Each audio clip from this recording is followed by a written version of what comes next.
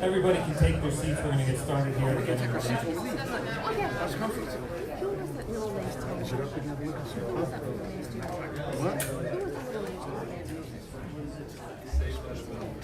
I don't know. Why? What are you doing?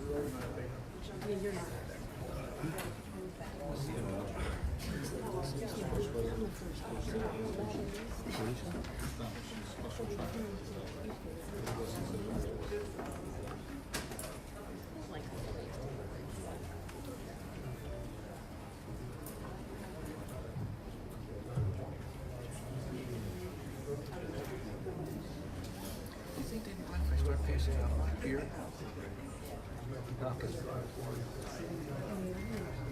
Nothing if people get around. You don't really need the police there, so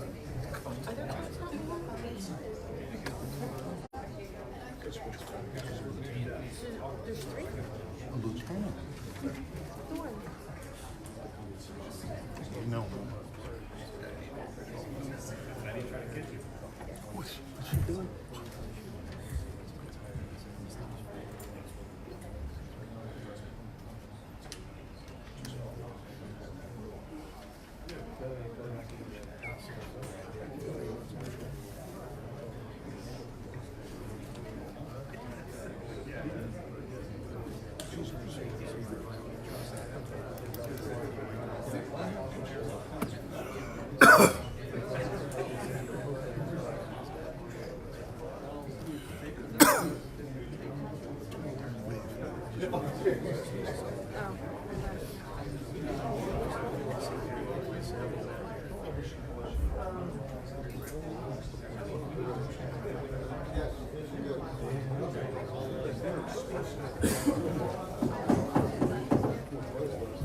Thank you, ladies and gentlemen. We're going to start back up here. Can I have a motion to come out of executive session? I'll make a motion to come out of the executive session. I second that. Madam Clerk, please call the roll. Ms. Shermer? Yes. Ms. Franco? Yes. Mr. Carabelli? Yes. Mr. Todd? Yes. Mr. Moore? Yes. So just for the benefit, to summarize the executive session, and I'll go over this with Mr. Ballin as well.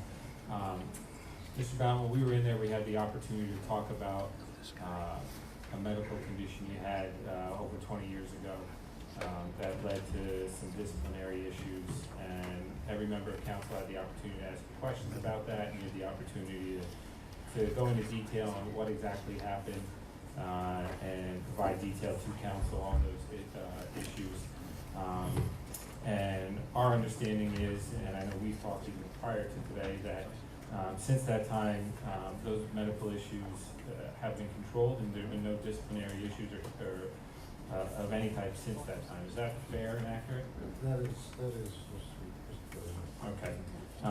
So with that, Mr. Ballin, I'm going to ask you to give a quick synopsis of your professional history to the members of the council, and then we'll get into questions.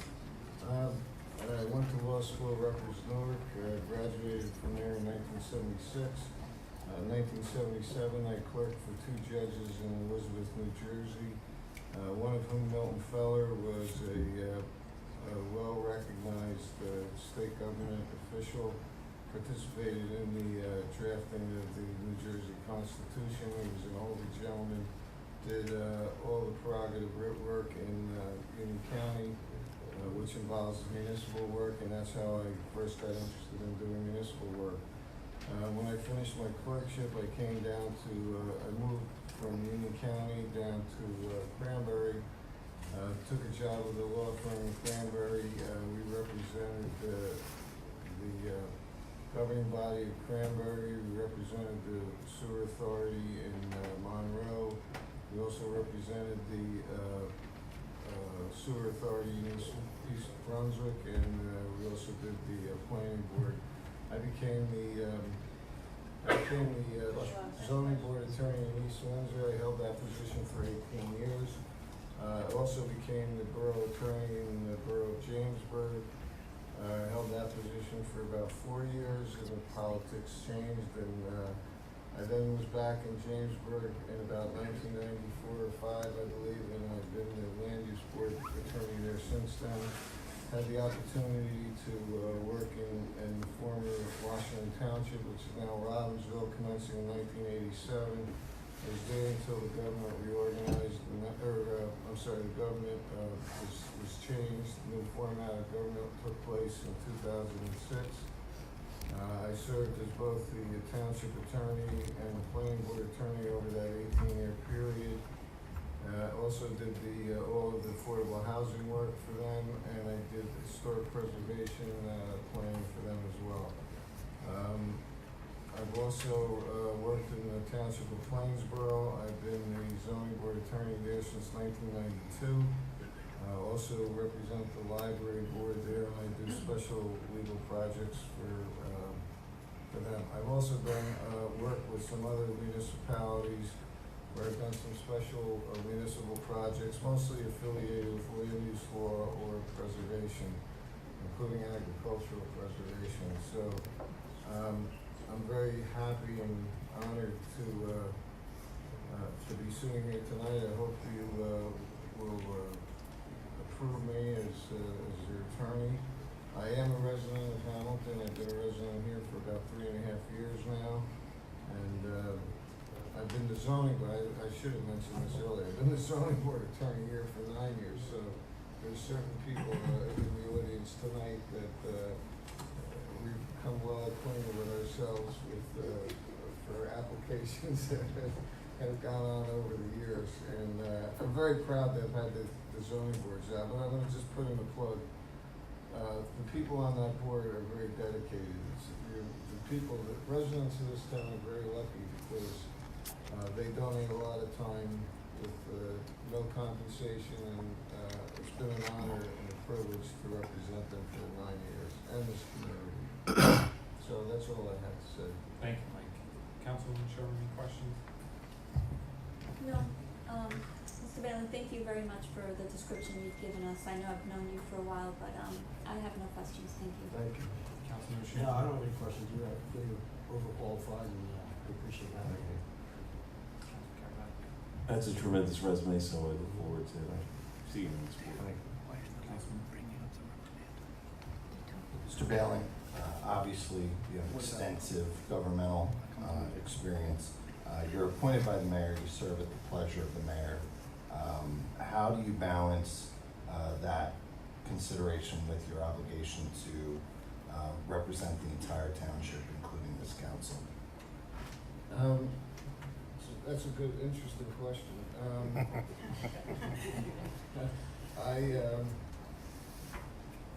I think my career has probably been, to some of my peers, the one thing that they would say about me that they find to be unusual is that most of my experience has been involved with communities that have split political parties in control, or that's not the right word.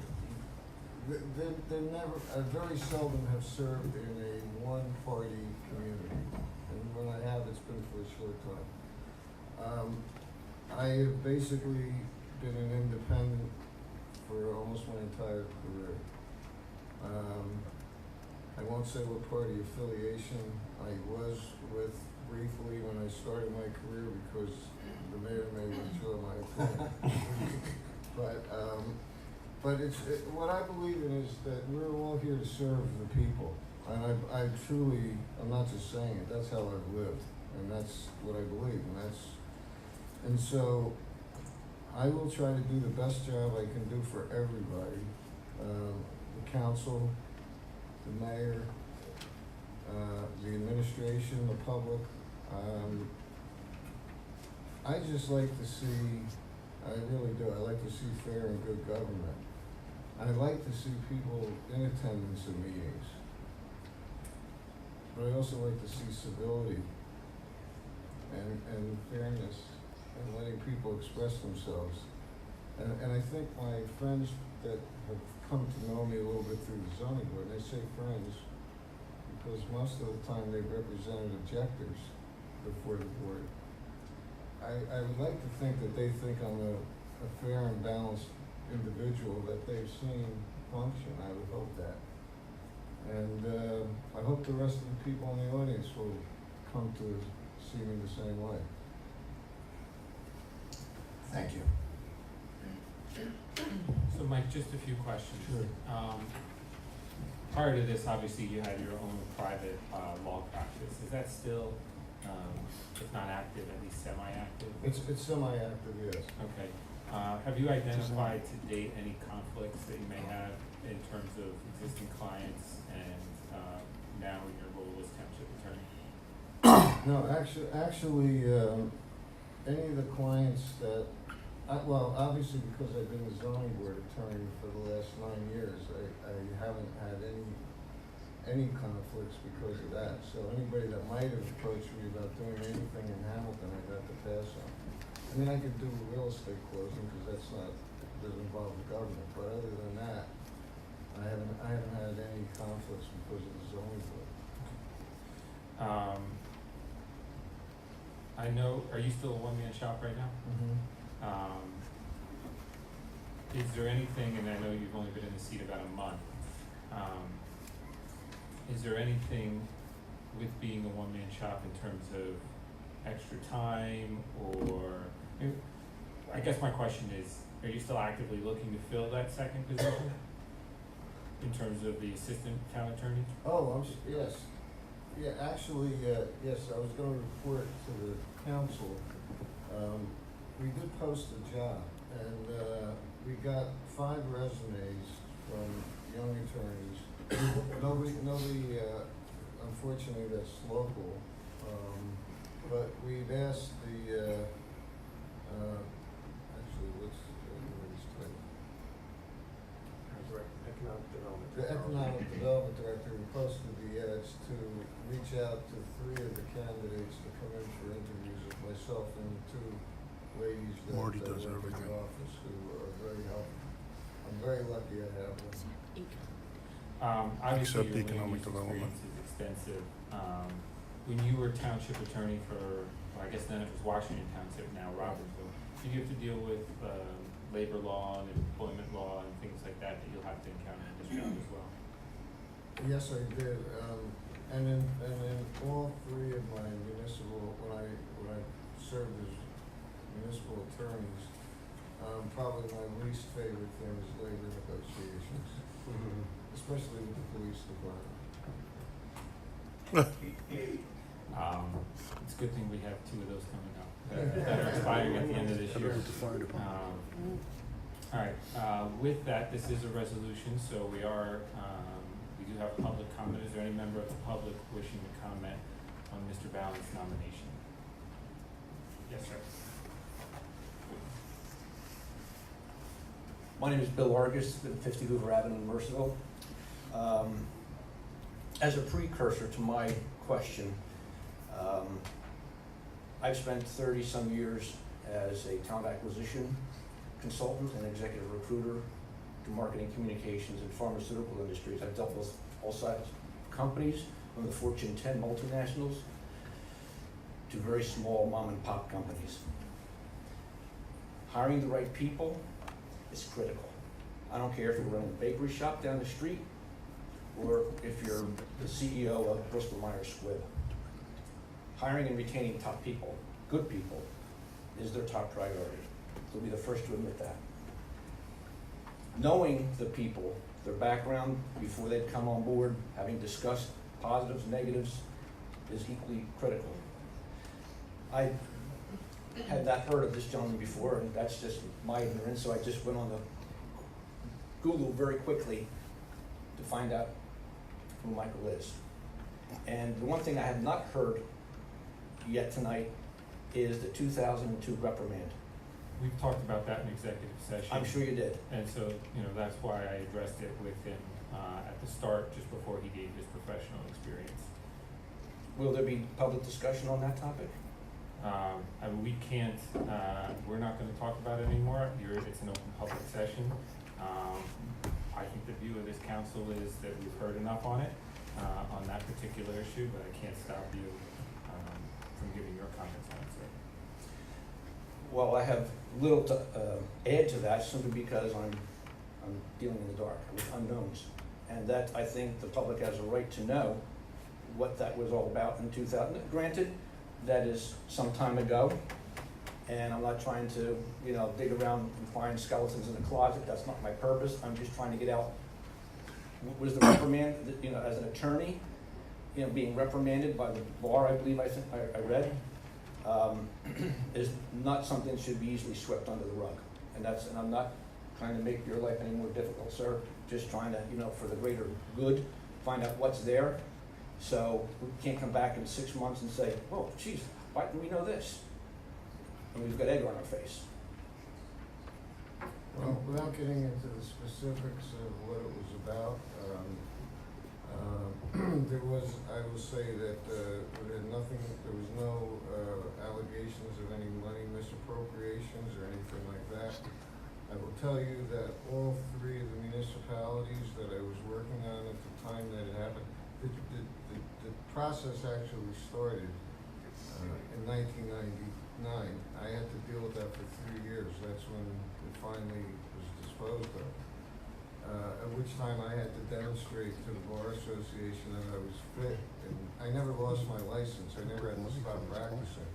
But during that period of time, I represented 3 municipalities in public capacities, 2 of which I still represent.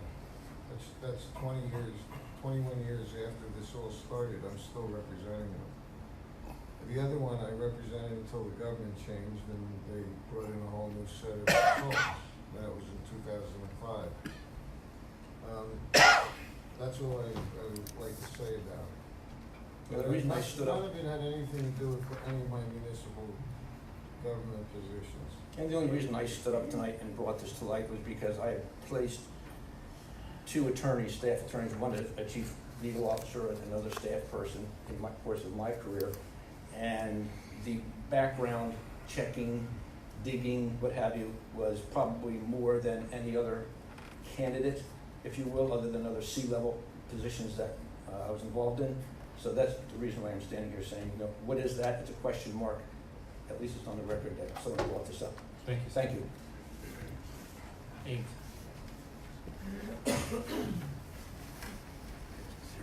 Ames Hoyt, 29 Country Lane. I've been up in front of or been with groups who are objectors at zoning board and planning board hearings. And there's been a lot of disagreements with the planning board and the zoning board. But I think that Mr. Balint, on a human level, treating me as a human being, he's been great. And I appreciate that. We've had a lot of disagreements, Mr. Balint. And I don't agree with you on a lot of things, but I think, how do I put this? Respect. I think that he shows respect. I think he's made some mistakes. He's very knowledgeable. And as far as paying attention and being alert, he's sharp. So that's it. Thank you. Thank you, Mr. Williams. Ms. Fife.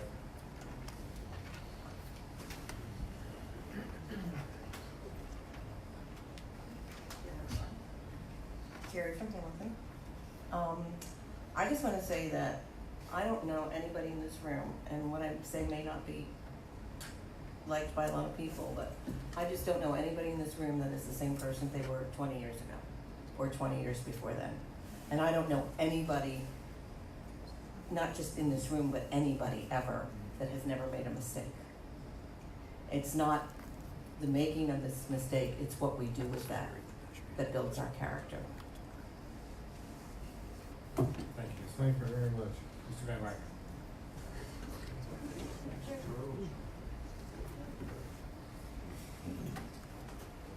Thank you, Mr. President. Mark Van Wagner, 235 Anson Avenue, the best darn street in Hamilton Township. So, I have no concerns about the past of Mr. Bullitt, because council has had a chance to speak to him, and he's very knowledgeable, and I have great trust in this group. That if you're confident and you make the decision in either direction based on that, that's fine. But what I did have a concern with was the demeanor at the last meeting.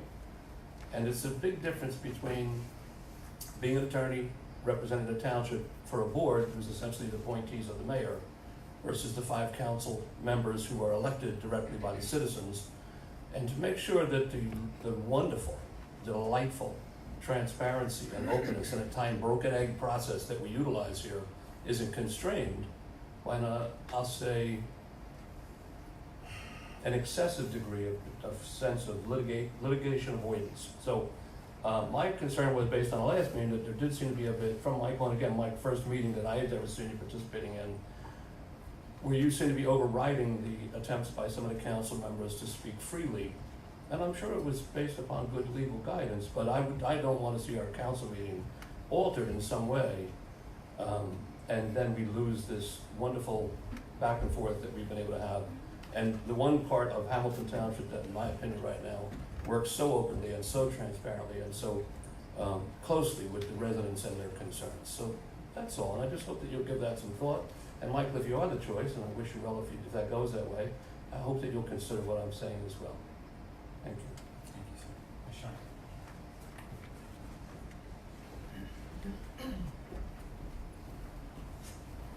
Janice Scheinman, Liberty Street. I'm actually going to counterpoint that, and as an attorney, I thank you for protecting the interest of the township. I know it's very hard to get here, and we have an interest in having an open proceeding, but at some point, the attorney for the town has to look out for the best interest of the town, and you've already shown that you are interested in doing that, both first on the planning board and then in your actions last meeting in the council, and I welcome his nomination and ask you to support him. Thank you. Thank you, Ms. Shine. Any other members of the public wishing to comment on this resolution? Seeing none, do I have a motion? President, I'd like to make a motion on resolution 2A. I'll second that. Madam Clerk, take the roll, please. Ms. Sherman? Yes. Mr. Angelo? Yes. Mr. Carabelli? Yes. Mr. Hyde? Yes. Mr. Martin? So Mike, and I'll say yes now to get the drama out of the way. Welcome aboard. It's been a pleasure working with you this past month. And we've thrown a lot at you, I know, and you're operating as a one-man shop, I know. But I appreciate you've gotten back to us timely, even if it's to say I need some more time on things. And so I appreciate that. And I know I speak for the council when I say, well, we look forward to working with you. Thank you. And I want to thank the council for the way this was handled. I want to thank everybody from the public who spoke this evening. And I will tell you, I will do the best job I can, and I will be as impartial and hopefully as helpful as I can be to the council as well as the administration. And when the public has questions, there's a procedure that can be followed. If it's something that you need to question my office, contact the office and they will get the message to me, and I'll try to explain anything that I possibly can. So thank you all for this opportunity. I'm looking forward to it, I really am.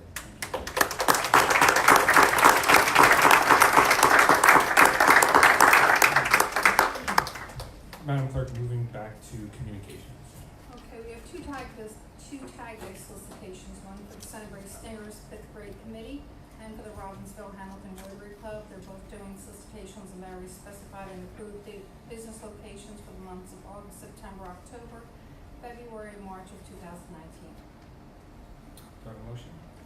I'd like to make a motion for both of those communications. Madam Clerk?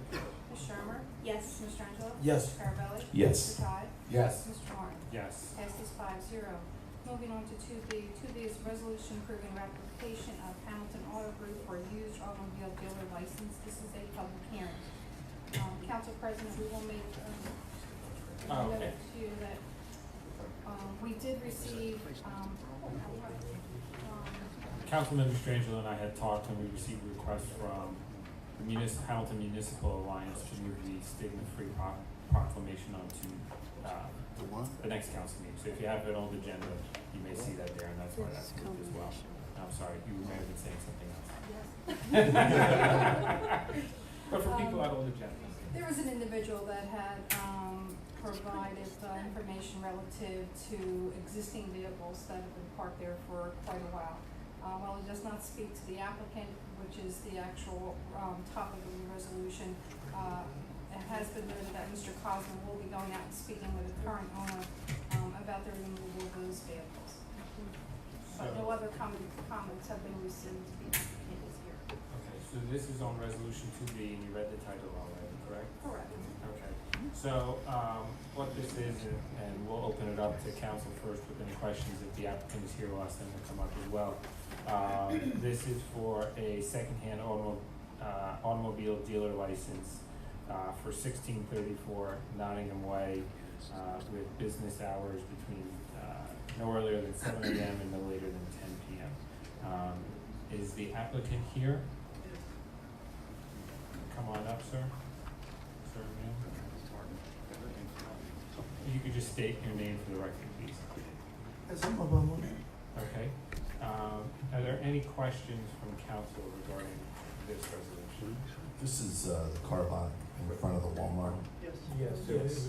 Red Cap Motors, probably Yeah. for 40 years or more. Yeah, Paul Bogan. Boating. So it's changing hands. It's an existing business. Correct. Eileen, I'm sorry, I did not fully hear and understand what you were saying about cars parked. There are cars that are currently parked in the back of the facility, to which we received a complaint. Even though the resolution actually speaks to the application of the individual. But we have contacted, Mike Cosma, and he will be going out there to address the issue of the vehicles that are currently, parked there. And this is with the current owner, not the new owners. Correct. Is there anyone here to speak to that complaint? So cars parked in the back of what, just the business? The car lot. Yeah, it's a Sorry. lot. It's It's a a car kind of lot a deep with lot, cars and you really parked don't in it. see them, but there's some, trucks that have been back there for quite a while. One of the individuals that was notified as part of the application, just made mention of that. So, Mr. Cosmo was notified, and he'll be going out tomorrow to speak to them about the matter. So the 7 AM and the 10 PM, that's not gonna impact any residents, No, that's, right? 'Cause that's not code, far. that's code. Yeah, that's code, okay. So it's just transferring a dealership, second-hand dealership. Have you Well, done this I just before? wanna say you're saying transfer, but No, licenses are not transfer, transferable, just, purchasing, the yeah. purchasing, correct. Have you owned a car dealership before? Yes, we do. Okay, which, where? In Trent on Parker Avenue. Okay. Okay. I have no other questions unless something else comes up as Councilman. You we still go. currently have that other lot? Yes, we Phil? do. Okay. I have no other questions. No questions. Okay. Any questions from the public on just this resolution? Seeing none, is there a motion? I move, resolution 2B. I'll second that. Public hearing on that, please? Seeing no further public comment, I move to close public comment and move resolution 2B. I'll second. Madam Clerk, roll call please. Ms. Shermer? Yes. Mr. Mastrangelo? Yes. Carabelli? Yes. Mr. Todd? Yes. Mr. Martin? Yes, thank you both very much. Thank you.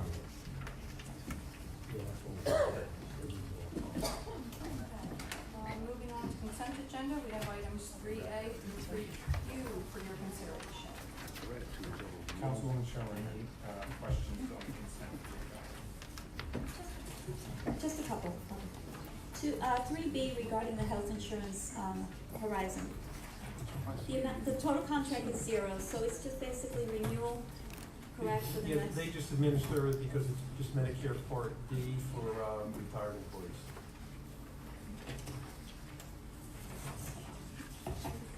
And resolution 3G, is there a reason that cost is going up 11,000? What's the reason? Yes, if you recall, there were a few delays in the affordable housing litigation, and with the new master, we've raised a lot of questions, and Mr. Burbidge had spent a lot of time, and Mr. Mueller had spent a lot of time amending these documents, which are about 500 pages long, as I recall the plan. And so that's what it was. And on the affordable housing issue, there are some ongoing matters, including Society Hill, too, where some of the units that were, they would have expired, the affordability controls, the people want to stay with the affordability controls. So we're looking at that, and we believe we'll be able to help the homeowners association as well by using affordable housing fees to make up any loss in the homeowner's dues. So we see quite a few inquiries, so Mr. Mueller will be working on that because we'll need new deeds for those properties to still maintain affordability controls for 30 more years, which helps us with our Mount Laurel obligation. For 3Q, I just wanna make sure I understand, as I was reading it correctly. The first two are out, correct? First two. Two bids? The Yes, yeah, they were, as I recall, they were non-conforming, so we're rejecting all the bids. The other three were Okay, too high. and the other three are too high. So, okay, I just wanted to make sure. Okay, that's it, no further questions. Getting back to Councilman Sherman's question, the 3Q, so the two low beds, obviously gonna have the paperwork, right, so the, wasn't cost effective for any of the other bidders, right? Is that So we correct? couldn't So accept those, yeah, we'll rebid it. So we rebid, okay. Okay. Also, Madam Clerk, abstaining 3 L's in Lima, I'm sorry, say again? I'm abstaining 3 L's in Lima. Other than, My one question was just for some of the ones that we had to, the liens that we canceled, can we ever go after the previous owner, or is that not possible? I mean, it looks like it was just when the property was transferred over to the current owner, Yes, when that's, sometimes when there's a mix-up, yeah, we'll. I know it's so nominal, lose that money. but, yeah, Yes. okay. That was it. Councilman Ty? 3A, Dave, what specific actions are gonna be taken as a result of 3A? We have to pass this, every 3 months under state law. It just allows the police department, if they wanna have to close down a road or something, that they can, they have the power to do that. Anticipation of parades, or, now we heard about March Walk. On 3B, there is language in the ordinance, saying, that this has been advertised, but then my impression, when I read the supporting material, the email, is that, it may not have been advertised. So was this advertised?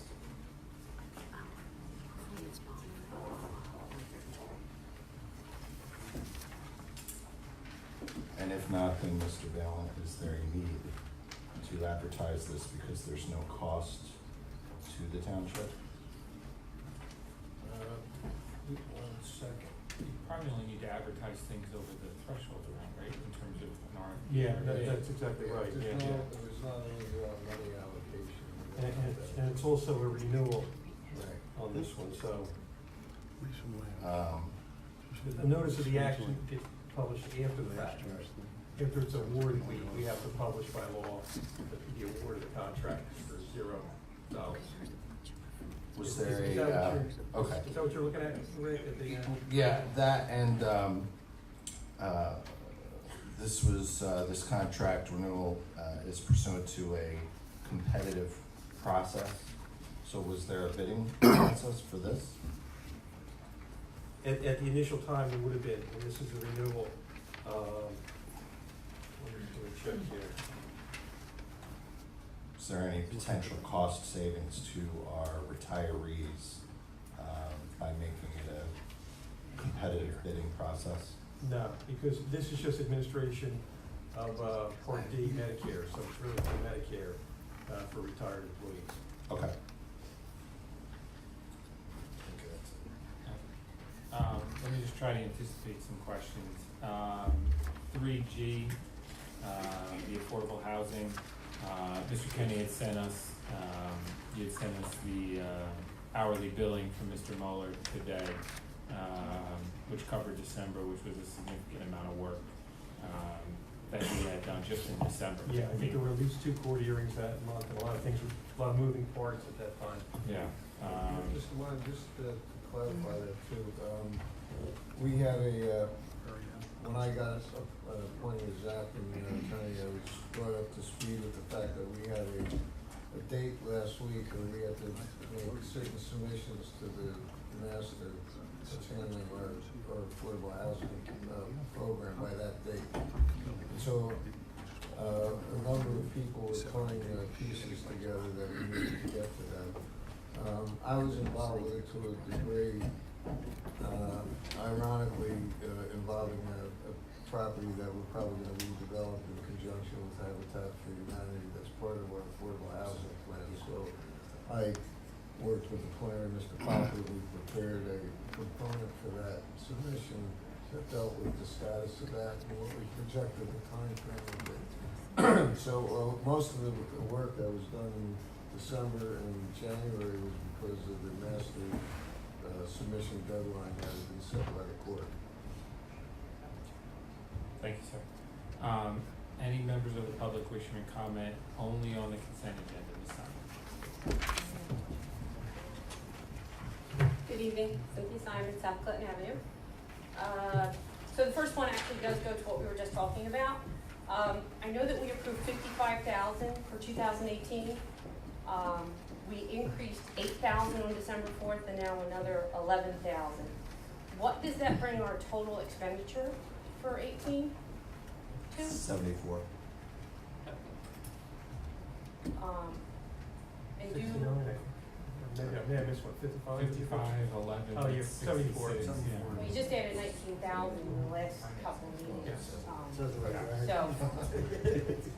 So we, at the December 18th meeting, we authorized 65,000 for them for calendar 19. Do we anticipate that we're not gonna go above that? I mean, I know we anticipate less work with this. I know we have a lot of things in 18 for that. But, you know, do we think 65,000 is enough? Are we gonna have another change order at the end of the year? I mean, Well, I think we anticipate that should be enough because we're through the major part of the process. It's still a conditional approval and we're satisfying the few conditions that the court imposed. There are gonna be some extra things, as I mentioned, with the Society Hill, but I think the 65,000 should be more than right, sufficient. And unfortunately, it's still money that you pay out, but it's not taxpayer money. This is affordable housing fee money, but we still watch still, that very right, carefully. you know, we still have to somehow account for it and Yes. move it around, so to speak. Okay. 3M, extension number 1 to the contract for hauling the sludge from the wastewater treatment plant. How long is this extension for? What is the term that this 130 max will cover? I believe it's a one-year extension, So this would be for calendar 19? February 8th, 2019 through February 7th, 2020. Okay. I was just curious because it's not listed there. And this is something that we have in the budget, that we've budgeted in the sewer budget to account for Yeah, this. part of This the is temporary budget right now, but yeah, they will be But part of the budget. this is part of their normal operating budget? Yes. Okay. 3N is in Nancy, the Hamilton A's baseball. Is there any cost to Hamilton this, or is this, we're just giving them permission to put more bleachers at their cost in the park? There's no cost to the township. I just wanted to be sure. Sometimes it's, you know, not very clear. No, they're gonna move them, we're gonna put them in there and they're gonna install them and then they will stay with the township if the. So we're just reallocating bleachers for someone else? Yeah, in the- bleachers in the that we town? already have, yes. Okay. Released of any liability, That's right, yeah. And we get released of any liability or submission. That's part of the agreement with them. Last one, 3Ps and Paul, $160,000 in transfers in the budget for 2018. Just kind of curious as to what we're transferring money, what account to what account, and the purposes of this transfer. The big one was the MCIA bill, right? Was the one that I noticed gave for Yeah, the a big part, we're taking 20,000 from public safety salary and wages, 70,000 public works salaries and wages, and 70,000 in change from buildings and grounds salary and wages. And we have transferring an additional 70,000 into garbage and recycling, 5,000 to building and grounds operating expenses, 65,000 for landfill solid waste disposal, and 20,000 in telecommunication charges. So 27 70 out of those, and Yeah, covering the last cost that you just We rattled were off, taking how pretty much much that? everything out of salary and wage accounts and moving it into operating expenses, and it's mostly landfill and recycling expenses. That's 135,000 of it. Thank you. Thank you, Ms. Hammond. Anybody else from the public wishing? Ms. Pfeiffer? I'll get you next, sir.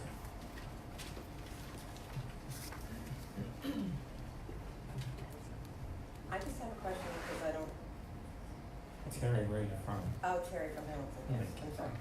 Okay, on 3H through 3K. Okay, we're releasing all these performance bonds. Yes. Has anybody verified that, and we have the paperwork documenting them? There's a list of about 3 people who go out and each, I don't know if they all go out, but there's a list of 3 people who sign off on each performance bond who say it's okay to release. I actually, I was telling Mr. Kenny on the homestead one, I actually saw Mr. Poppert on the properties. I was driving home one day doing his inspection, counting the trees and making sure the trees were exactly where they were supposed to be in conformance with the plan. So I know he does a good job in going out there and reviewing it. Okay, so we're just not blindly just saying the time is up and releasing these. We've done our due diligence in regard to releasing these bonds? From Yes. seeing Mr. Poppert, I trust he's doing the same thing on the other ones. And then they're replaced by a maintenance bond. At the time the performance bond is released, there's a 2-year maintenance bond that has to be posted with the township. Okay, thank you. Thank you, Terry. Yes, sir. Dan Aubrey at 92 Marshall Avenue. I have a question about the 3D, 3E, and 3F with the liens. How much were the liens for and for what purpose? Mostly high grass, if I remember correctly, right, Dave? Okay, one was 488, one was 307, and the other was like $1,000. So there was 2 on one property. 3F covers 2, 1121 and 1,092. And why are they being canceled or waived? So what happened was, the notices of violations have been sent to a prior owner and not the owner who was the owner at the time. So because the person who owned the property didn't get notice properly, then we can't actually execute the lien on the house. On the new, okay. I didn't understand.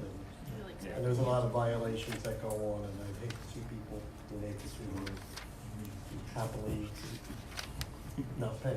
Thank you. You're welcome. Anybody else from the public wishing to comment on the consent agenda items? Seeing none, is there a motion? Mr. President, I'd like to make a motion to consent agenda 3A through 3Q, with one abstention from me. Madam Clerk, 3 also. I'll second that. Madam Clerk, roll please. Ms. Shermer? Yes. Mr. Mastrangelo? Yes. Mr. Carabelli? Yes. Mr. Ty? Yes. Mr. Martin? Yes. Moving on to ordinances, we have ordinance 4A, which is 19-001, an ordinance amending and supplementing the Code of Ordinances, Hamilton Township, New Jersey, Chapter 485, Vehicles and Traffic, Article 2, Parking, subsection 485-19, handicap parking. This is to establish a space for 2025 South Clinton Avenue. This is second reading and public hearing. Any member of council having a question before we open it up to the public on this ordinance? Any member from the public wishing to comment on this ordinance? Mr. President, seeing no public comment, I move to close the public comment portion and move ordinance 19-001. I'll second it. Madam Clerk, roll please. Ms. Sherman? Yes. Mr. Mastrangelo? Yes. Mr. Carabelli? Yes. Mr. Ty? Yes. Mr. Martin? Yes. Passed 5-0. 4B is 19-002, an ordinance accepting the deed of sanitary sewer easement for Ray Lodging Group, Hamilton 2 LLC, for block 2610, part of lot 37.01, New Jersey State Highway Route 130. This is second reading and public hearing. Any questions from council before we open it up to the public? Any questions from the public on this ordinance? Yes, sir.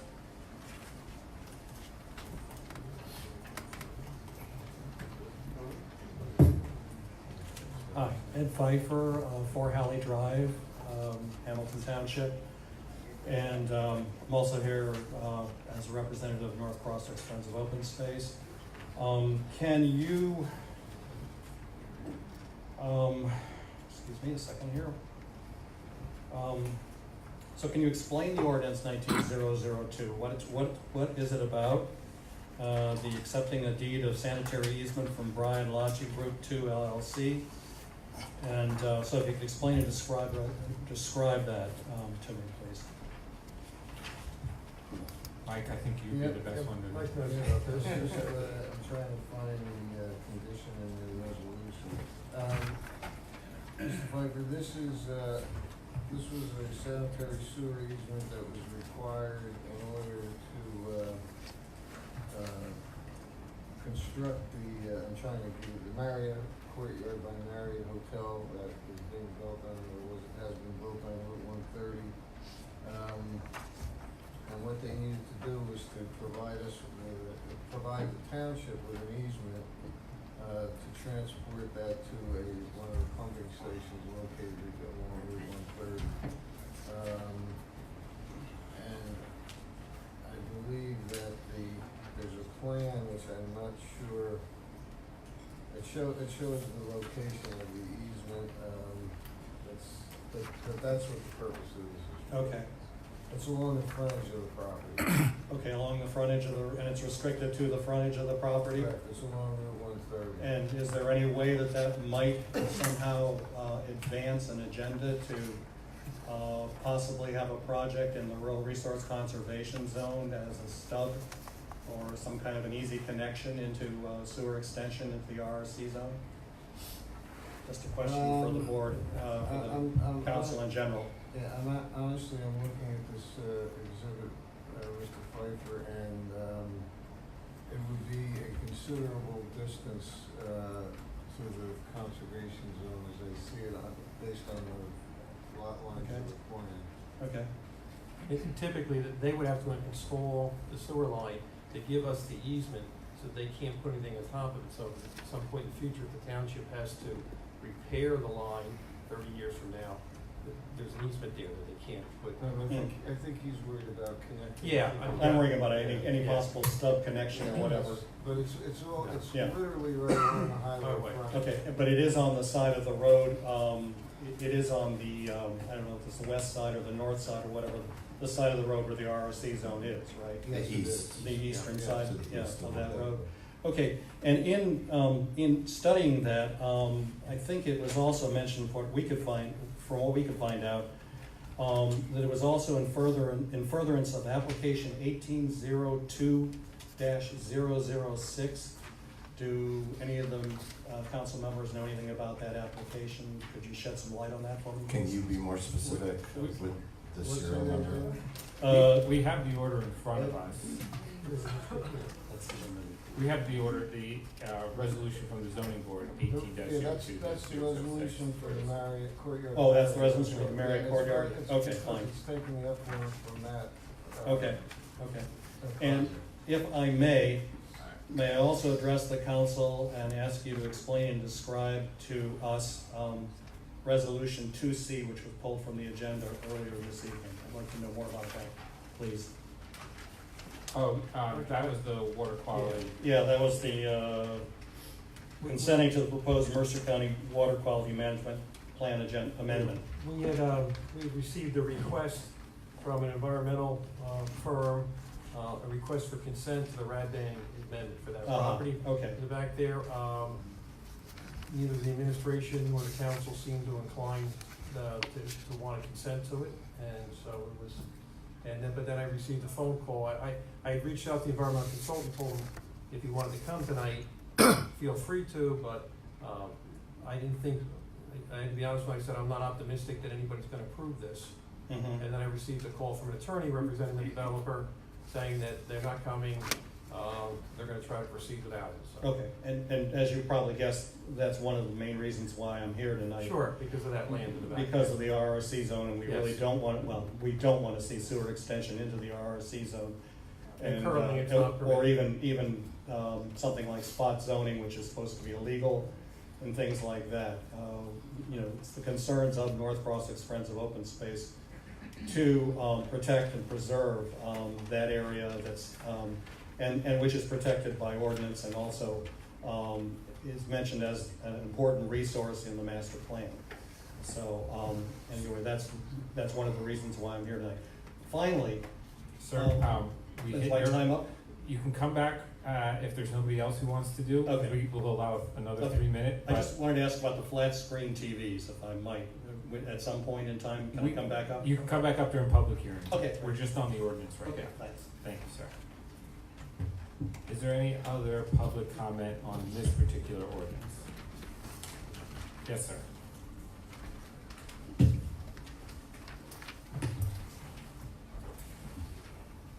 Yes, Dan Dill, 5785 South Broad Street, North Crosswick. Just one other thing to add for Mr. Pfeiffer. The sewer easement, it's on the western side of the road, but does it cross? East. Oh, it is on the east. It but is I- on the east, that- but it's not in the rural resource conservation But the zone. property that's referred is on the west side, north-south. Next to the shops. Isn't that the, property next That on property shops? is on the other side according to the tax map. Maybe I looked at it wrong. Am I wrong? It's next to the FedEx, and the same Across the side street is, from the FedEx. same side as the pumping station. That's what the tax map shows. Is this the new hotel they're building? This is the new, This is a courtyard. It's 3701, right, in 2610? this is the one the zoning board just acted on it last year. Yeah, this is the hotel that's courtyard. Yeah, I know that, but I mean, when it refers in the ordinance, it says block 2610, lot 3701, partial, part of. And that lot is across the street, I think it's right, 2610. I think it's on the western side. It's on the western side, and they're right down from the pumping station. Unless, I mean, I printed the tax map off this website, It's on the same side as the FedEx warehouse. yeah, Yes. From yes. the FedEx, it accesses off the FedEx. Yeah, so it is road. on the western side Right. of one. So, is there already a connection across 130 to get to the, Theoretically, it's actually on the north side, if you look at. yeah, Yeah. It's on the as north the, side. as the compass goes. It's the north side. Right. But it's opposite where the hotel is, the The Marriott. current one. The current. Oh, is there a new one Yeah, in proposed? front of the FedEx. It's Oh, accessing okay, off the that's FedEx what, road. that's what I missed. So this is for a new, they're gonna use that lot to do another hotel? The zoning board approved it, right? On the opposite side of 130. Oh, okay, okay, so it's not the residents, not the residents. Okay. It's the courtyard at Marriott. Okay, that's what I missed. I thought we were talking. It's technically on the north side. Yeah, no, I understand. But I was confused that I thought we were talking, because I think somebody said it's the existing. That's what threw me off. So it is the new proposed that's already approved, and that's why they're extending it. Northwest. Got it. Yeah. Thank you. Now that we've made that as clear as mine. Yeah, good, but, you know, I got to clean my shoes. Any other member of the public wishing to comment on this particular ordinance? Mr. President, seeing no one from the public wishing to comment, nobody further from the public wishing to comment, I move to close the public hearing portion and move to adopt ordinance 19-002 on second reading. I'll second that. Madam Clerk? Ms. Sherman? Yes. Mr. Angelo? Yes. Mr. Carabelli? Yes. Mr. Ty? Yes. Mr. Martin? Yes. Passes 5-0. 4C is ordinance 19-003, an ordinance to vacate, release, and extinguish any and all dedication of public rights or any public rights which may appear to come into being in a portion of a 12-foot wide alley, known as Alley 106, the line between Sanders Street and Lewis Street in the Township of Hamilton, County of Mercer, and State of New Jersey. This is second reading and public hearing. Before we open up to the public, any questions from any member of the council? Seeing none, any questions from any member of the public on this particular ordinance? Yes, sir. Dan Aubrey, 92 Marshall Avenue. Could you explain this, please? I was not really clear what is going on. So, I guess there is a compass here. So, Berg Avenue on the north, Wilford Avenue on the south, between them, so on the west side then is Samuel Street, on the east side is Lily Street. The houses that front Berg and the houses that front, in between the houses that front Berg and the houses that front Wilford, there's a alleyway. And township is extinguishing its rights to that alleyway. Is there, for what purpose? This was involved in cleanup and stuff like that, if I remember. Yeah, and as an alleyway, most of the homeowners wind up using some of that area within the alleyway, so, and as I recall, there may have been a request from some of the owners, because they don't want people driving behind the houses there. And we're just retaining that one little section.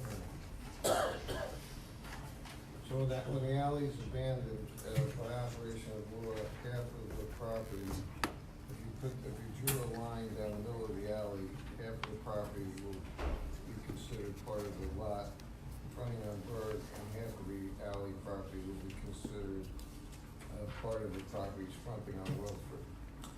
So the township is giving the property to the.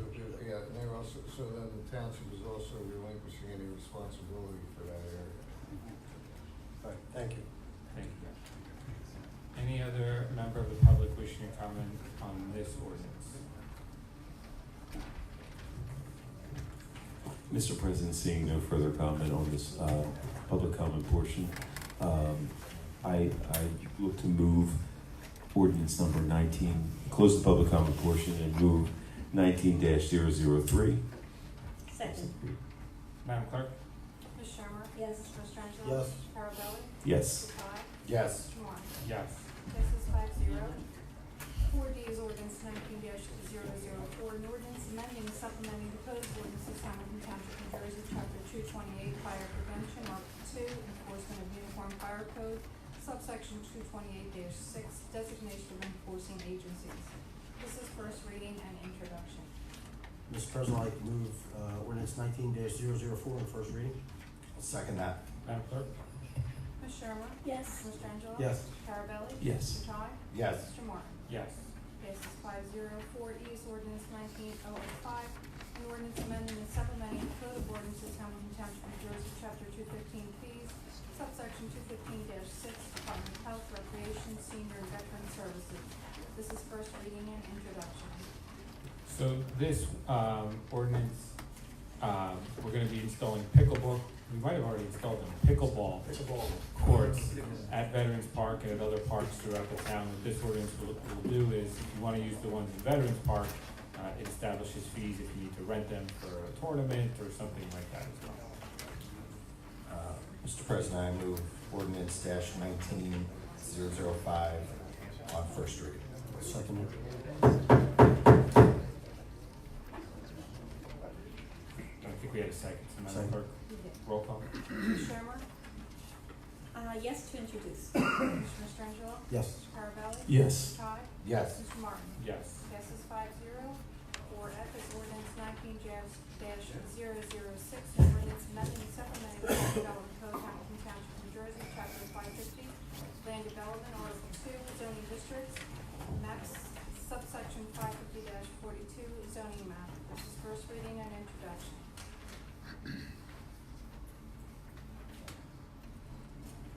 Yeah, Mr. Kenny, can you explain this a little bit here? I'll make sure I understand this right. Yes, as we're moving forward with Project Freedom on Alito Way, they've asked that we could, let them look at the entire property, not just the one section across from the call center and the golf there. Not the entire property, right? Well, they're looking at it, and then there's gonna be an agreement as to what part they actually use, because they may wanna move it closer to White Horse Avenue. Good. But they're going through environmental testing right now, as the first part. And, they're doing a complete survey of the property, actually the whole Morton tract, because nobody has a survey of the entire Morton tract at this point. So that'll do us a favor. And so they've asked that, they have this flexibility. As we move forward, they have a funding, they wanna try to make it this year, June 1, I think they have to have their application in for funding. So this has to do with the area that was approved, right? Not just that area that was approved for them to use, correct? It's actually expanding it a little bit. Expanding. Yeah, but they're gonna, but they don't want the whole area. Right. They're gonna determine whether they wanna be closer to the corner or they wanna be up, in the back more, that we initially contemplated with the golf center. They're still looking at 10 acres, right? That's what- Yes. Okay. Yeah, roughly, because they may be 8, might be 11, who knows, once they have a design done, but first they're going through the environmental testing right now. Who's that? Project Freedom. And, we'll still have the opportunity at some point then, so I don't wanna just open it up to the entire lot, obviously, right? No, it's So still- we'll still have the opportunity to restrict where that goes Yes. in relation to any wetlands. Once they have a plan, we'll have to bring it back here because there has to be an option agreement that we would enter, into, or not, an agreement we would enter into convey. The council will see it again, if the township has reviewed it and they come in with a plan. And then they still have to get an approval from the planning board. Yes. Or the zoning board. Zoning board, right, yeah. Depending on what the relief is. It says plan. Well, if they don't need any setback variances, they'll have, the use will be permitted, so it will go to the planning board unless there's variances that trigger it, to require to go to the zoning board. But I would think it would go to the planning board first.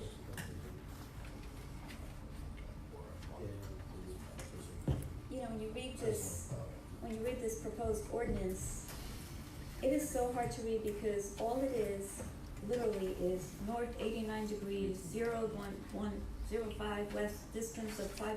I don't know what any of this stuff means in terms of what I'm looking at. That's the point. This really just puts it into the zone for special housing that they would be a part of. And again, we'll get a map showing exactly where they wanna put it before they do it. Yes. I thought it would have been helpful to have a small map, to be attached to the ordinance, so you'd see what they were talking about. I just don't like introducing anything where I don't even have a visual of where they wanna go, or we're giving them everything that was approved, they can go anywhere, look at anything, and then they can decide what they want. Well, this Granted is, that it comes through. yeah, I understand that, but this has to go to the planning board from here. And then, but by that time, I should be able to get a sketch maybe from either Project Freedom or from Mr. Popper, to show, what's being contemplated. It just puts it into the zone, it doesn't give them any approvals. Is there a motion to put this on the first reading? I'll put it on the first one. I'll make a motion to, adopt 19-006 on the first reading. I'll second that. Madam Clerk? Ms. Shermer? I'm not comfortable with this, no. Mr. Mastrangelo? Yes. Mr. Carabelli? Yes. Mr. Ty? No. Mr. Martin? Yes. Passes 3-2. 4F1 is a resolution referring proposed amendments to the Land Development Code, Hamilton Township, New Jersey, Chapter 550, Land Development, Article 2, zoning maps, subsection 550-42, zoning map to the Hamilton Township Planning Board for review pursuant to NJSA 40:55D-26. I'll make a motion to move this to the planning board. Is there a second? I'll second that. Wait, I'm sorry, before we go, explain, oh, wait a minute, hold on, I wanna make sure I went This to the sends right. the last ordinance to the planning board. This is 006, are we on 6? No, 4F1, 4F1, right underneath, in between the two ordinances. okay. That's the wrong paper.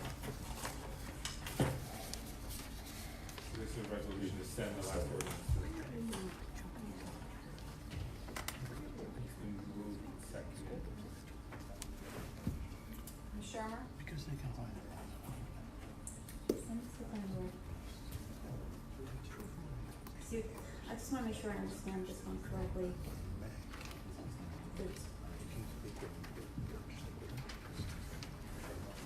Okay, so this is for Project Freedom. We're still buying trucks. Okay, yeah, I'm gonna say no to this. Mr. Mastrangelo? Yes. Mr. Carabelli? Yes. Mr. Ty? No. Mr. Martin? Yes. Passes 3-2.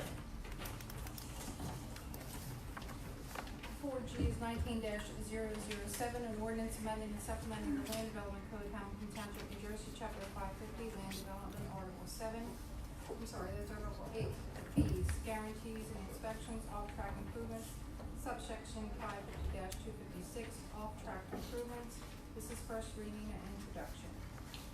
Mr. President, I move ordinance 19-007 on first reading. Second? Madam Clerk, roll call please. Ms. Shermer? Yes. Mr. Mastrangelo? Yes. Mr. Carabelli? Yes. Mr. Ty? Yes. Mr. Martin? Yes. Passes 5-0.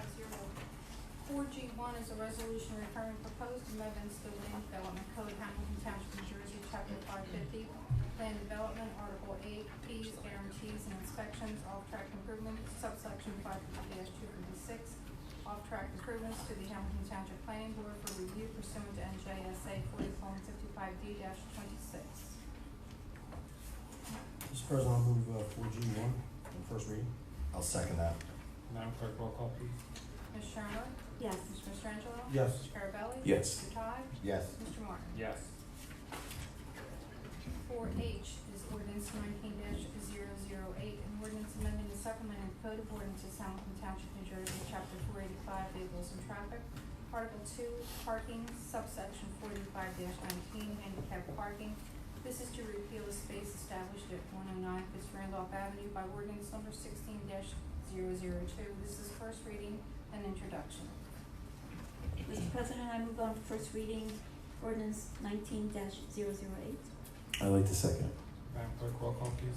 Ms. Shermer? Yes. Mr. Mastrangelo? Yes. Mr. Carabelli? Yes. Mr. Ty? Yes. Mr. Martin? Yes. Passes 5-0.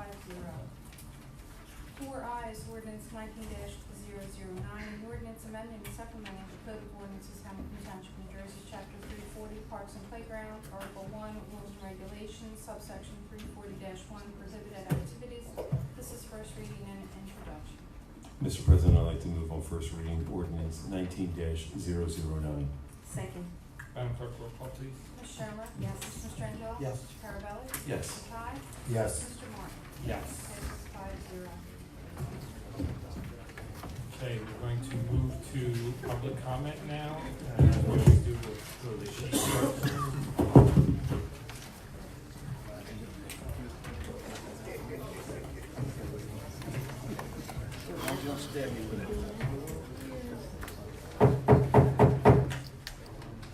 Joe Mastromarino, are you still here? He left. Okay. Gary Ivorone, are you still here? I don't see you anymore either. Ms. Gray? Yield some time, Mr. Henderson.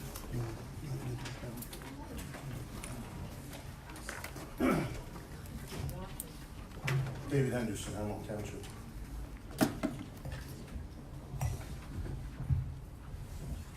What's the status currently of the CFO? The current CFO? Whatever the status is, what's the status? Do we have a CFO? Is there a CFO? Is he working? He's presently suspended with pay at this time. And I'll be coming to the council to amend the cash management plan. We're advertising for a temporary part-time CFO to work 1 day a week at this time. And everything's being done in-house right now, all of the duties. So we don't have a functioning CFO right now? We have someone who has a CFO license and everything's being done. We don't have a current CFO? The current CFO is suspended with pay. Okay. I have here the annual debt statement that was prepared on January 23rd. Have council members been apprised of the debt statement? We've not received it. That's curious. Why wouldn't the council be given the debt statement? So, the debt statement is signed and certified by Richard Mulrine, being duly sworn and deposes and says that he's the chief financial officer of Hamilton Township.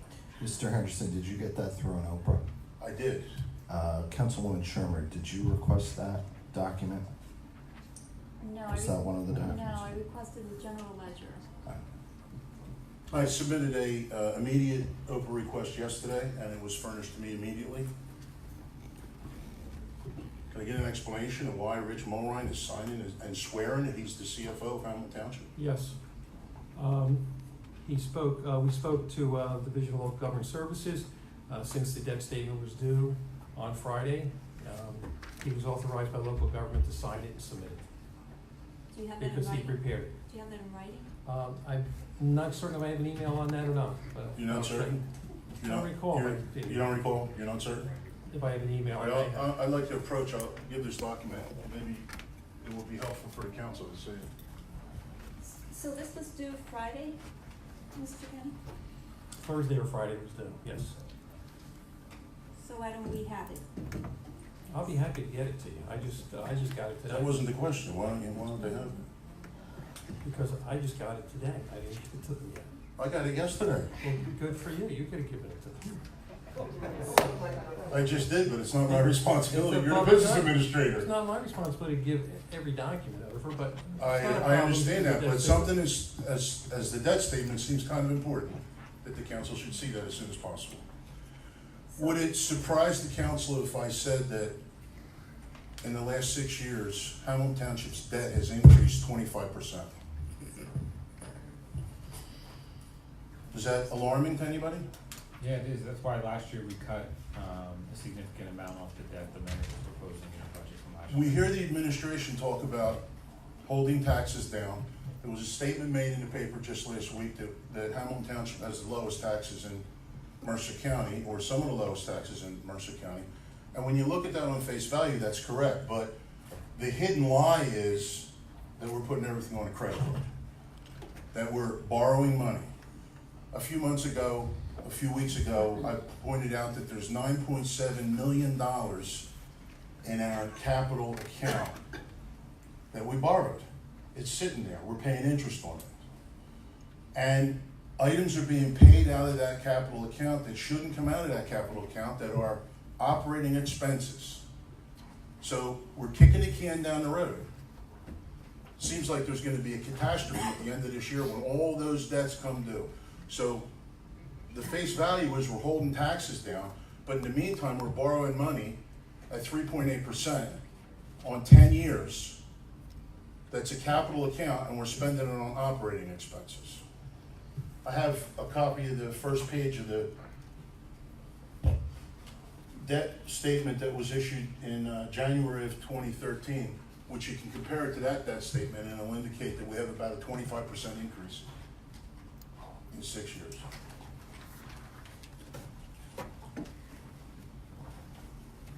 Thank you, Mr. Anderson.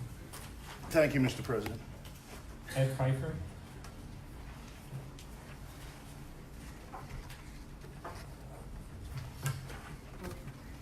Okay, so I'm just gonna follow up on a question that I wanted to ask earlier. Basically, having attended many, many hearings here, the last couple of hearings I think I attended, there was a flat screen TV right there, which was really a great idea, except that the flat screen was for zoning board hearings and planning board hearings. And it was great because, and a kind of an improvement over the flip charts and things like that, because exhibits could be shown on the big flat screen.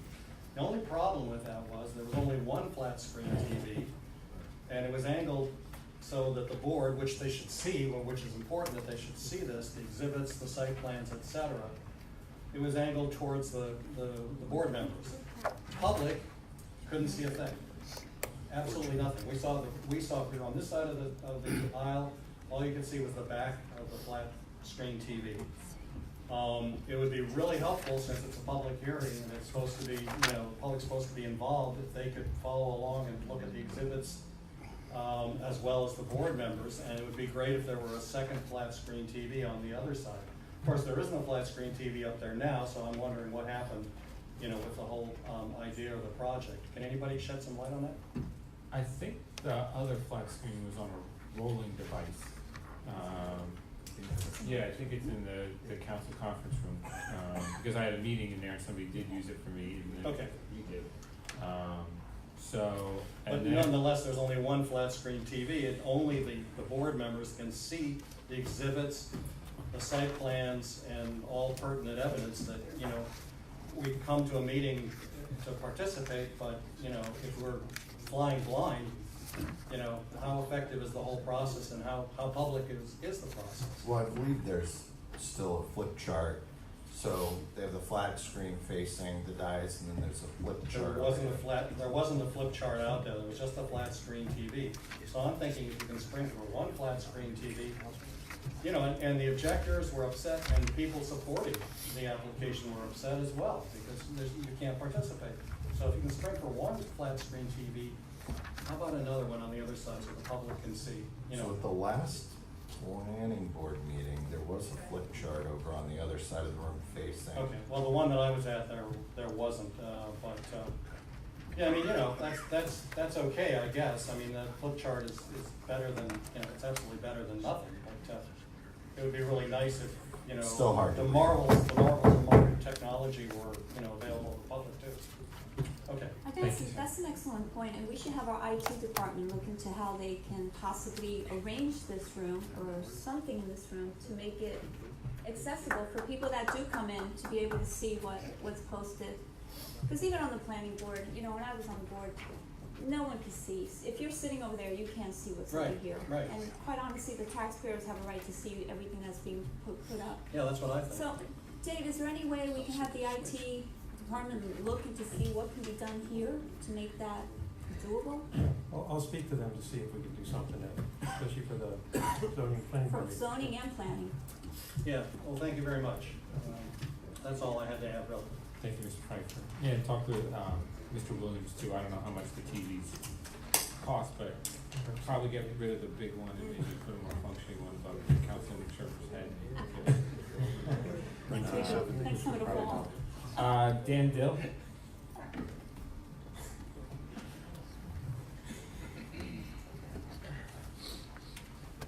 Just to add to that, I was at the same planning board, and I think I talked to, I forget who I talked to, but they said something about the IT contract, that there was more involved with it. In other words, like, the big screen was like step one, so you might, Dave, you might wanna just see, you know, if that's in fact true.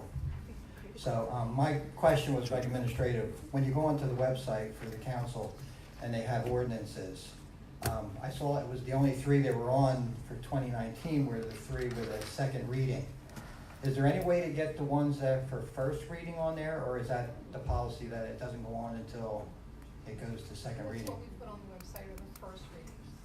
The ones that was past first reading.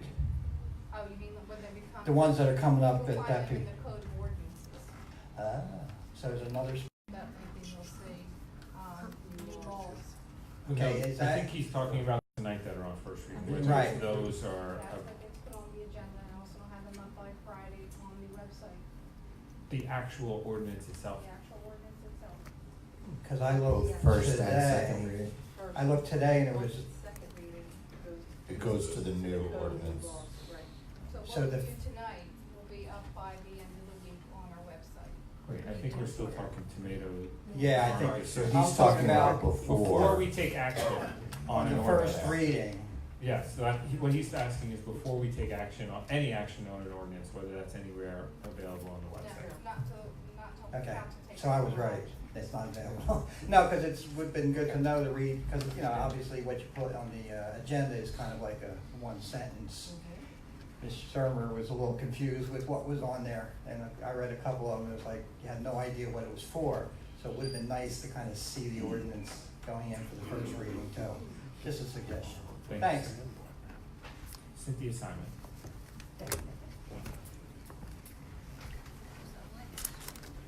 Evening, Cynthia Simon, South Clinton Avenue. First thing, going back to the CFO issue. At the last meeting, you said you were going to present proposals for a temporary CFO. When was our official CFO suspended? The date?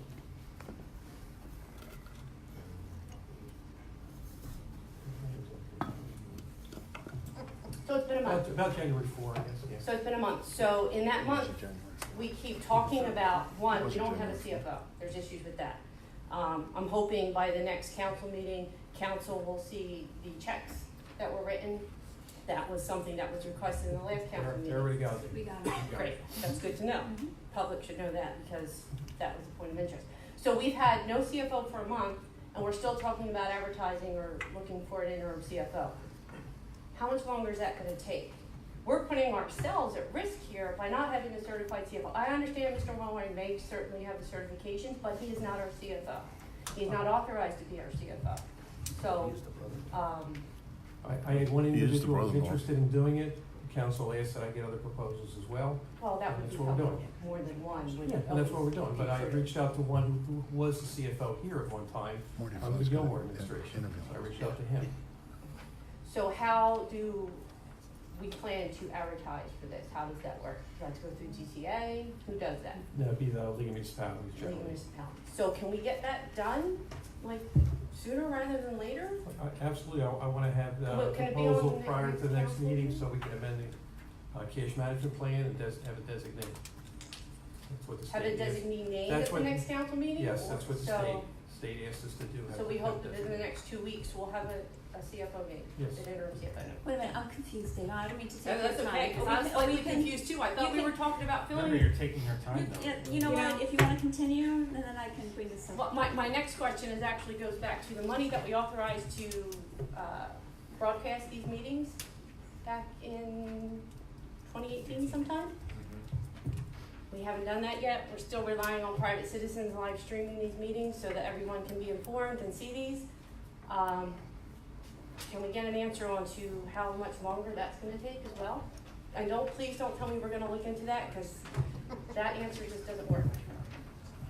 I believe our clerk is working with, Mr. Flynn and his department. We've Which hat? gotten, my understanding Which hat is does he we've have? gotten information from other towns on how they do it in terms of recording it and, processing it and uploading it. But now it's a matter of the our IT department going out and finding the right software and. Okay, right because it's been equipment. over 6 months that we've authorized I this ask about it expenditure. every Um, agenda meeting. And, you know, I work in private industry and not-for-profit, you know, I understand there's, you know, checks and balances and all that, but 6 months for, you know, obviously I can understand being background from other municipalities, but to get the technology at least in place, to at least be ready, so when we know what we have to do, we're ready, we're not even close to being ready. There's been nothing changed in this room, we see nothing that's gonna happen, so we're still gonna have to be relying on private citizens to do this kind of stuff. I actually wish everybody could actually be in the room and be here versus watching online. I think that's, you know, a cop-out sometimes, because you have to be here to make a change, but just, we need to start acting on some of this stuff that we keep saying we're gonna pass, we're spending money on. We have it in the budget, but we're not doing anything about it. Thank you, Ms. Simon. Mr. Clegg.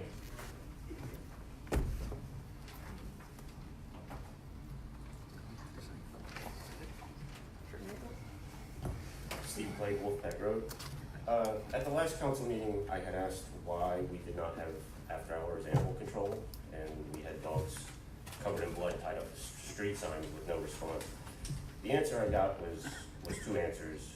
One, that we weren't required to provide it, and that we didn't budget for it.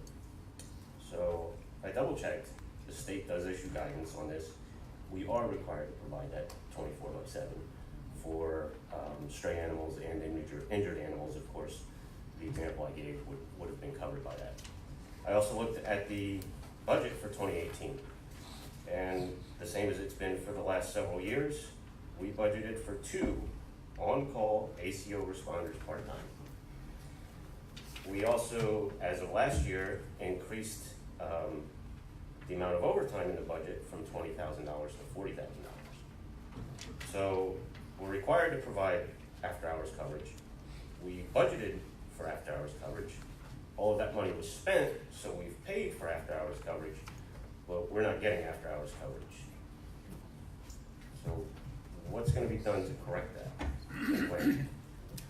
Dave, do you know if we're providing? Yes, if the police come across an animal that they think is in need of an ACO coming out, the dispatchers, the policy's been dispatchers call Mr. Plunkett. They discuss with Mr. Plunkett as to whether there's a need for an ACO or not. He then calls the ACOs in the middle of the night to see who will respond, who's going to respond to that. Otherwise, the police at times will take the animal either to North Star in the middle of the night, if it's an injured animal. If it's just a stray that's not injured, they can take it directly to the shelter. Why then are the police so confused about that, 1? And 2, I've heard the recordings of them calling Mr. Plunkett, and he doesn't call anybody. He tells them Yeah, you can call him if you want, He- good he- luck. You're right, he calls it. And there are no calls it special. ACOs on call, which is what you told me last time. Well, what I said was, it was taken out of their union contract to have standby pay, to be paid every week, whether they get called or not. That was negotiated out of the contract some years ago. But that doesn't change the legal requirement that we Well, provide. that I don't know what legal requirement, you're talking about, it might be guidance. I don't know of any towns that provide 24-hour ACO coverage. Many of them do, all of the ones that follow Title IV, Chapter 19. I don't know any in Mercer County that do that. Well, it is the law, you can certainly. What's the statute section? I'd like to look at that. 419, 15 and 16, there is no, from the state, this mandates that animal control coverage be provided within all municipal jurisdictions with no stated time limitations. And it goes on to describe, and this is the guidance from the state. Although 24-hour coverage is not specifically stated, it is considered to be a public safety issue. Similar to police, fire, and ambulance coverage, it needs to be provided on a 24-hour day, 7 days per week basis for emergency situations. But, as you said, we didn't budget for it, but we did. We budget for overtime, absolutely. You budgeted for 2 on-call ACO responders. That's so that there would be money if they have to respond in the middle of the night. Okay. We did not provide for standby pay because it was taken out of their contract. There are other employees who may have standby pay, they get paid whether they have to come to work or not. So we spent that $40,000 in overtime, but we're obviously not getting on-call service for emergency animal control service after hours. No, there have been responses to after hours. We've got, the example I gave you is a dog covered in blood tied to a street sign where the police called, and we're out there for an hour and a half trying to get somebody from animal control and got nobody. We also recently heard from our firefighters that they had an animal during an emergency, and they needed animal control to come out, and no one came out to respond to that. So we do have a couple of Yeah, and I understand the police recent. took the animals to the animal shelter. Are the police properly trained Oh my to handle these animals? They would prefer not to have to. I would think so. Let me correct you there. It's actually within the state statute that a certified animal control officer performs those duties. Well, what you just read me, so that's the state's guidance. 24-hour call is different than having somebody there 24 hours. I didn't say for having someone, I said specifically on call for emergencies, of which that case is an example. And that's when they call the dispatchers call Mr. Plunkett, and he makes a decision as to whether it's a situation, whether we need an animal control officer to respond. It's not always easy to get somebody to respond in the middle of the night. But why don't we have somebody on call if that's what we budgeted? They are on call. And they would be paid if they went out. You know what it sounds like? It sounds like a dog chasing his tail over and over. So then- We actually Mr. talked about Speed this Dave. we talked about this at the last council Maybe we can cut to meeting. the chase and find out what this $40,000 in overtime actually went to if it wasn't for on-call animal control. And we'll bring you back up for an additional 3. Thank you. Ms. Pfeiffer.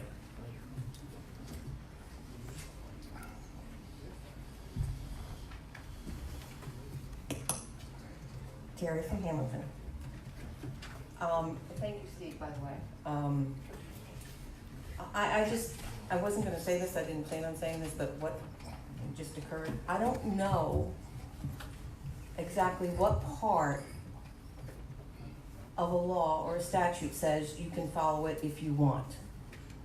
They use discretion. I know I'm not an attorney, but I just don't understand why, when presented with the facts, that it is a statute and it must be followed, we continue to argue that we don't have to. I just don't get that.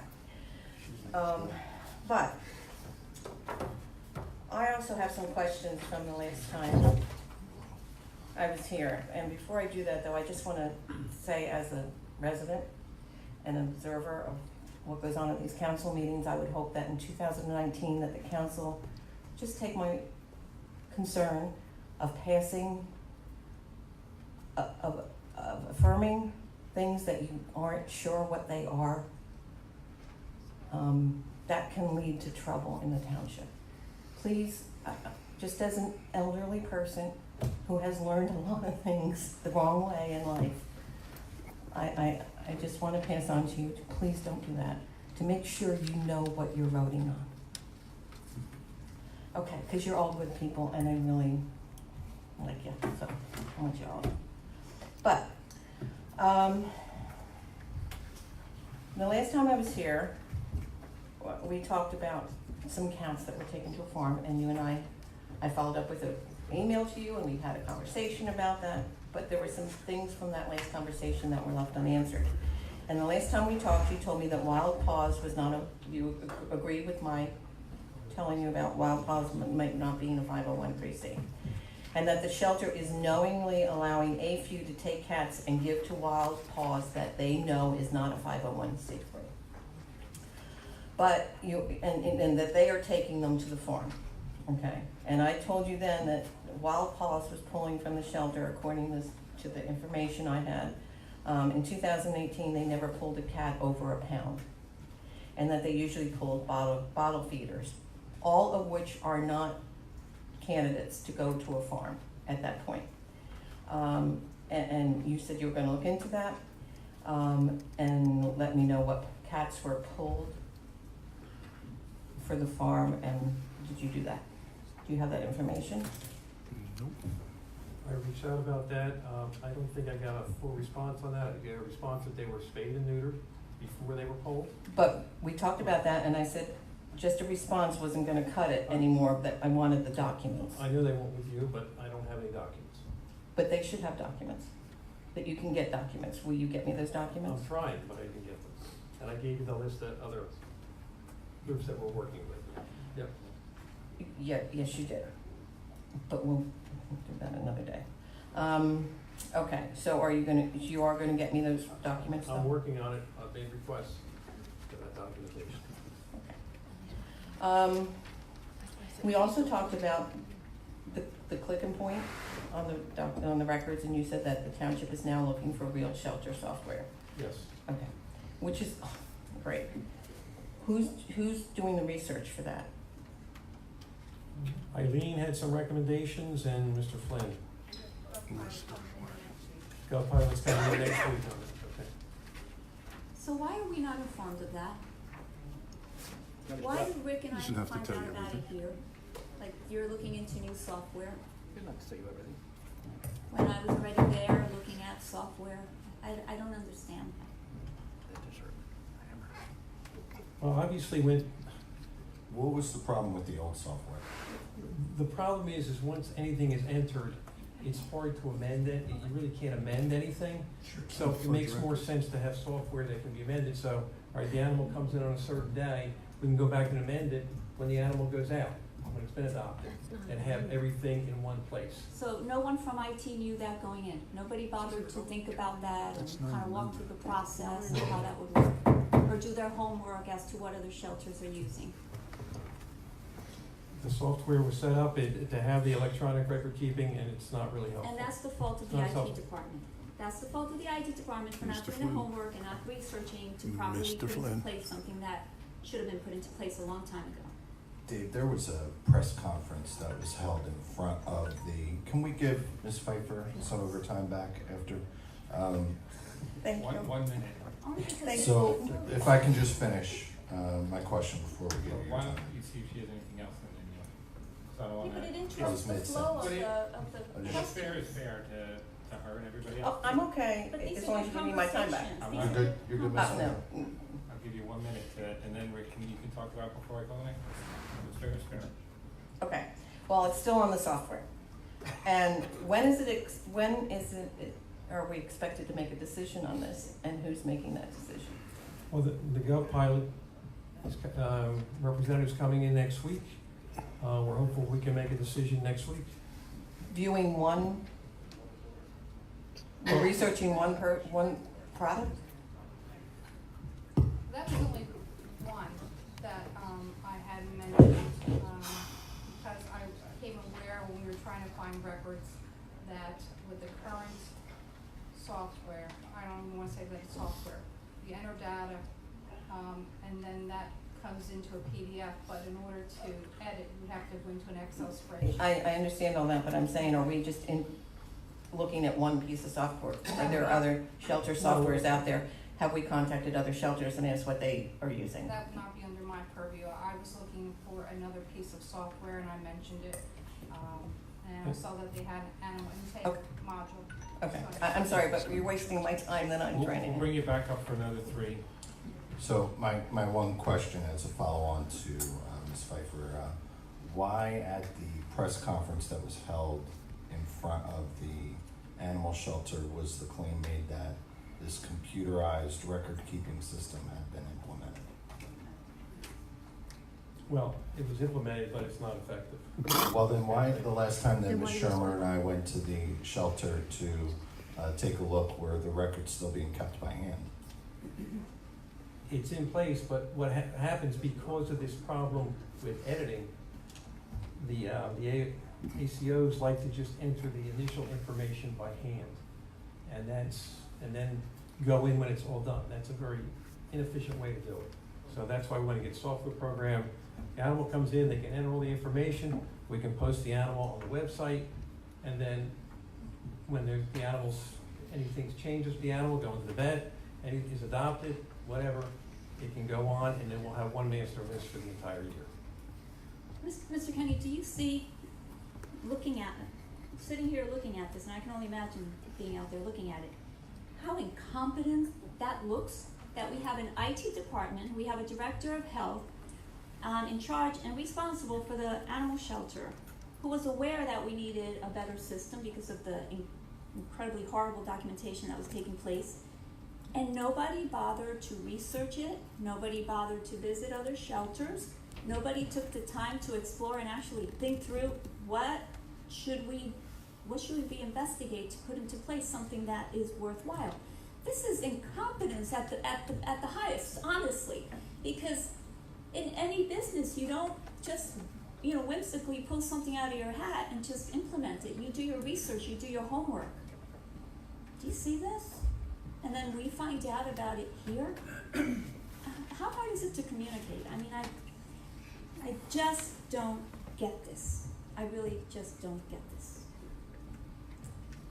And if you don't understand it and if you don't see it, then I don't know what else to do, because the IT department is responsible. Marty Flynn is responsible, not the vet, not anybody else. He is. And he didn't bother doing his homework, and neither did Mr. Plunkett. He was driving the mayor around. And they're accountable for this, and they failed at this. So I'd like for them to come in and justify this, how they did this. Because this is incompetence. It's frustrating. Response, please? I'm sure that was Well, rhetorical. No, we used an in-house software that we already had, and it's not effective. But And, they didn't bother and I agree looking with you. into anything else.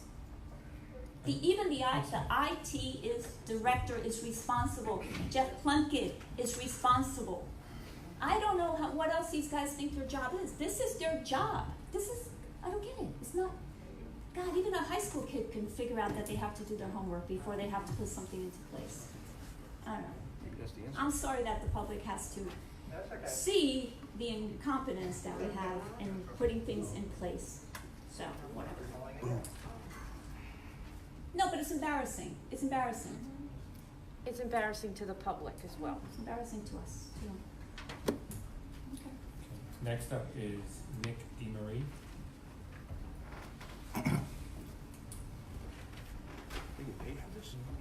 Evening, Mr. President. I have a question related to previous speakers' comments regarding broadcast of the council meetings. And with that, I'd like to raise a suggestion to the council, especially with respect to financing the endeavor. There's many institutions, locally, College of New Jersey perhaps, Rider, Mercer County Community College, I'm sure would be willing to offer, students an internship opportunity to participate in this. And so I would like to suggest that as a student at University of Pennsylvania, I participated very frequently in Philadelphia's council and local government, and they would do this often with my school. There are many partnerships as well as with other universities in the Philadelphia region. And so I encourage the director, if you could pass this along, Mr. Kenny, to explore this option. I think it'd be very good, especially in the interest of education, especially for those high school students taking gallery classes, because I recall when I was a student in gallery, it was a great experience to have local politicians come in to speak with us. And more specifically, if we could analyze and discuss and debate what's happening at council meetings, I think it would be very effective. And I've discussed this with my former teacher, and he thought it was an excellent idea and would welcome it. As well as for accessibility purposes and communication purposes. There are many residents that aren't able to attend these meetings for one reason or another, specifically if they have a disability or if they're away even at school and they're not able to remain apprised on the current state of affairs. And so I like to make the suggestion, and I hope that you'll consider it and get back to us next time. Thanks. That's a good one, because I know in the past we talked about reaching out to the high schools to come in and take the meetings. One of the issues we have obviously is the storage. We have to store all of this, all the tapes and have data from the open public website. Is it possible to do this digitally? We do it digitally, but it's still, You're still gonna see the tapes? you get rather expensive storing all this digitally. Is it also possible to maybe consider discussing this with an IT program at one of the universities? Yeah, absolutely. To hold it there, because I know that there might be many universities that would be willing to do this. And that's actually what's done at UPenn. We have a factcheck.org was established there, and we have a lot of different materials, specifically our presidential campaigns. And so I would encourage you to explore this. That's a great suggestion. Thank you. Thank you. You know what, why don't you leave your name and Marty Flynn can contact you? Oh, yeah, I'd be thrilled to. I'd be thrilled to do that. I think you want to take this information. Nick, we have your information. I know your dad, right? Yeah, works there. So, he works there. Works for the township.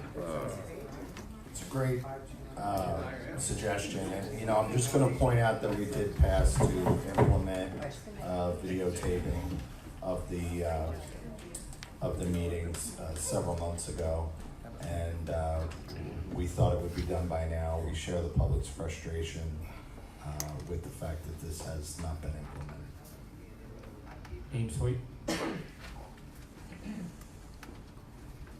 Just a follow-up to what Mr. Pfeiffer said and Mr. Dill said regarding the public being able to see what's being presented at a zoning board or planning board meeting. The last time I was at a planning board hearing, the monitor was blocking the view of the public, so they could not see who was speaking, whether it was a consultant, Robert Popper, Rich Williams, or some of the board members. So that monitor is blocking people out. And of course, the public can't see the monitor. So what I would suggest is to have at least 3 monitors. It sounds expensive, but it's not. So we already have one right now. The other 2 would go, one would go to my left, and it would be put on the wall here. It would be on an arm. And the other one would be on my right-hand side. They would be put on arms, so they can recede back against the wall when not needed. So it's not a space issue, it's not a cost issue. And in addition, the hearing, being able to hear what's being said at a planning board or zoning board hearing, it's a chronic problem, year after year after year. And it's gotta be taken. I have never patted my fist on a podium before, but I'm tired of it. It has to be, and so the way to deal with that is to have, when there are consultants, whether it's the attorney, a consultant, or whomever is making a presentation, or somebody's being cross-examined, when there's a lot of public in the room, the sound gets absorbed, and people are constantly saying, speak up. So what has to happen, as these consultants come up to a monitor as an example, what they have to do is, when they get over to a monitor, you can't hear them. So there needs to be drop mics, perhaps at least 2 drop mics to my right, one to cover this point where Mr. Williams and Mr. Popper are located, and one to come over to where the monitor is located, as well as a drop mic from the ceiling. So that should take care of some of the problem. There also should be speakers in the back. we're in the 21st century right now. None of this should be difficult. So I'd like to hear if you have any opinions on this. What about a hand mic? A hand mic? A hand mic, I don't know what happens to the hand mic, it disappears. I think that's a great idea. I think your idea is Right. great. You know what? The only problem with that is No. we already have Well, some But that's an idea. talking from council and things like that, Right, which right. would only amplify that, right? So I Right, just right, wanted but what to I'm saying is, prevent that. you know, these are great ideas Right. that are worth exploring. We have an IT department, and this Right. falls under IT.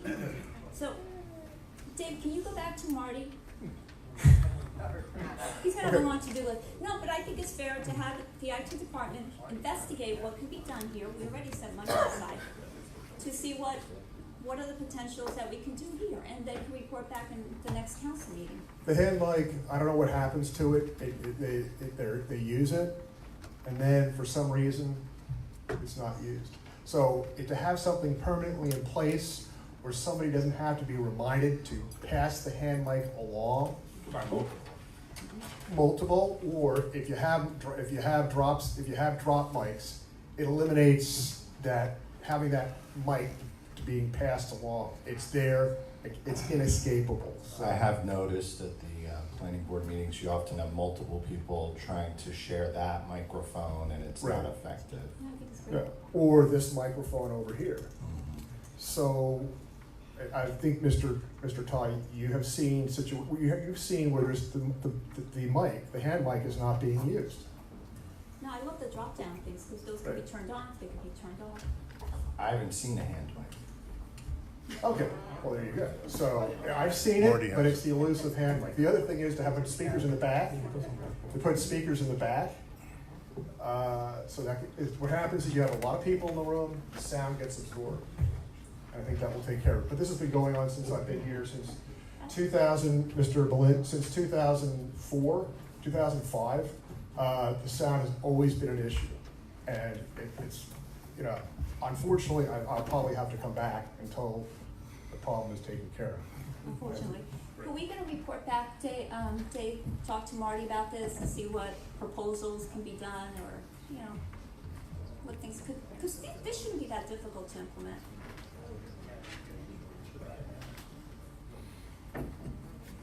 All right, so that takes care of the list, and now we go to hand raising. Mr. Hamel.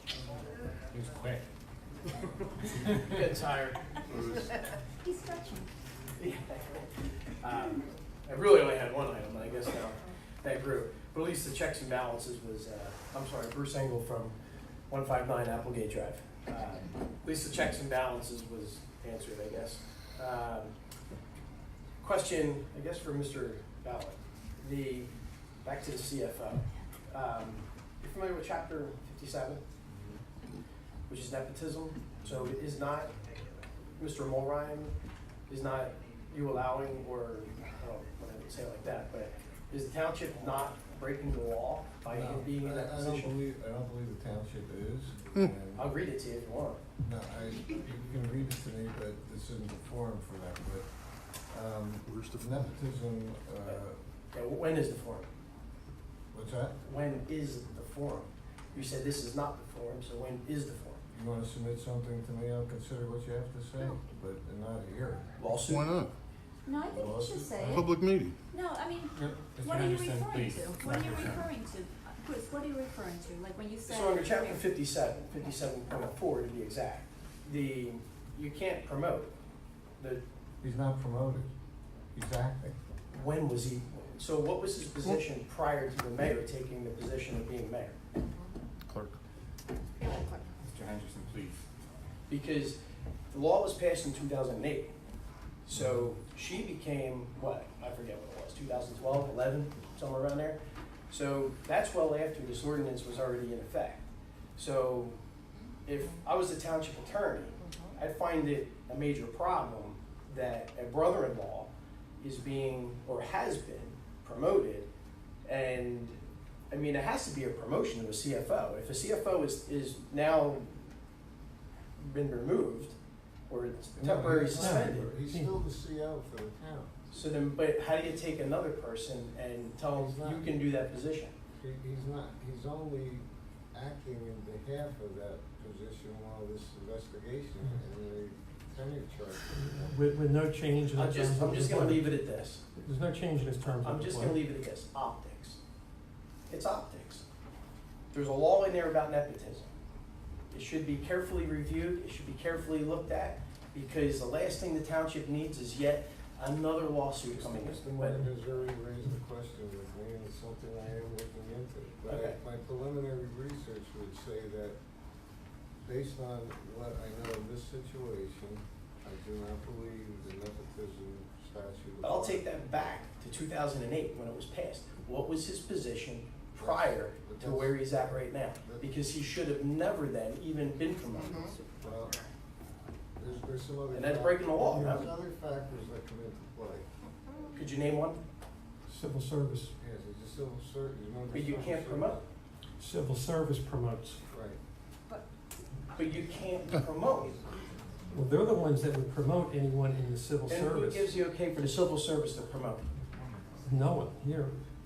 Civil service makes that determination. Again, this is the dog chasing the tail. Yeah, Moving civil on. service does, Mr. All right, Randall. I got other things I You don't gotta get the answer you want, but that's Let's the way it move is. on. It's optics and it's really bad optics.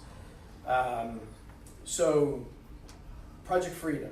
I was against it, I guess in the sense I'm not against Project Freedom, but the particular site. So to cover this one really quick, if they do an environmental, they're paying for the environmental. Yes. Okay, so they're paying for the environmental. What if there is environmental issues found? Are they just abandoning it and they're gonna say forget it?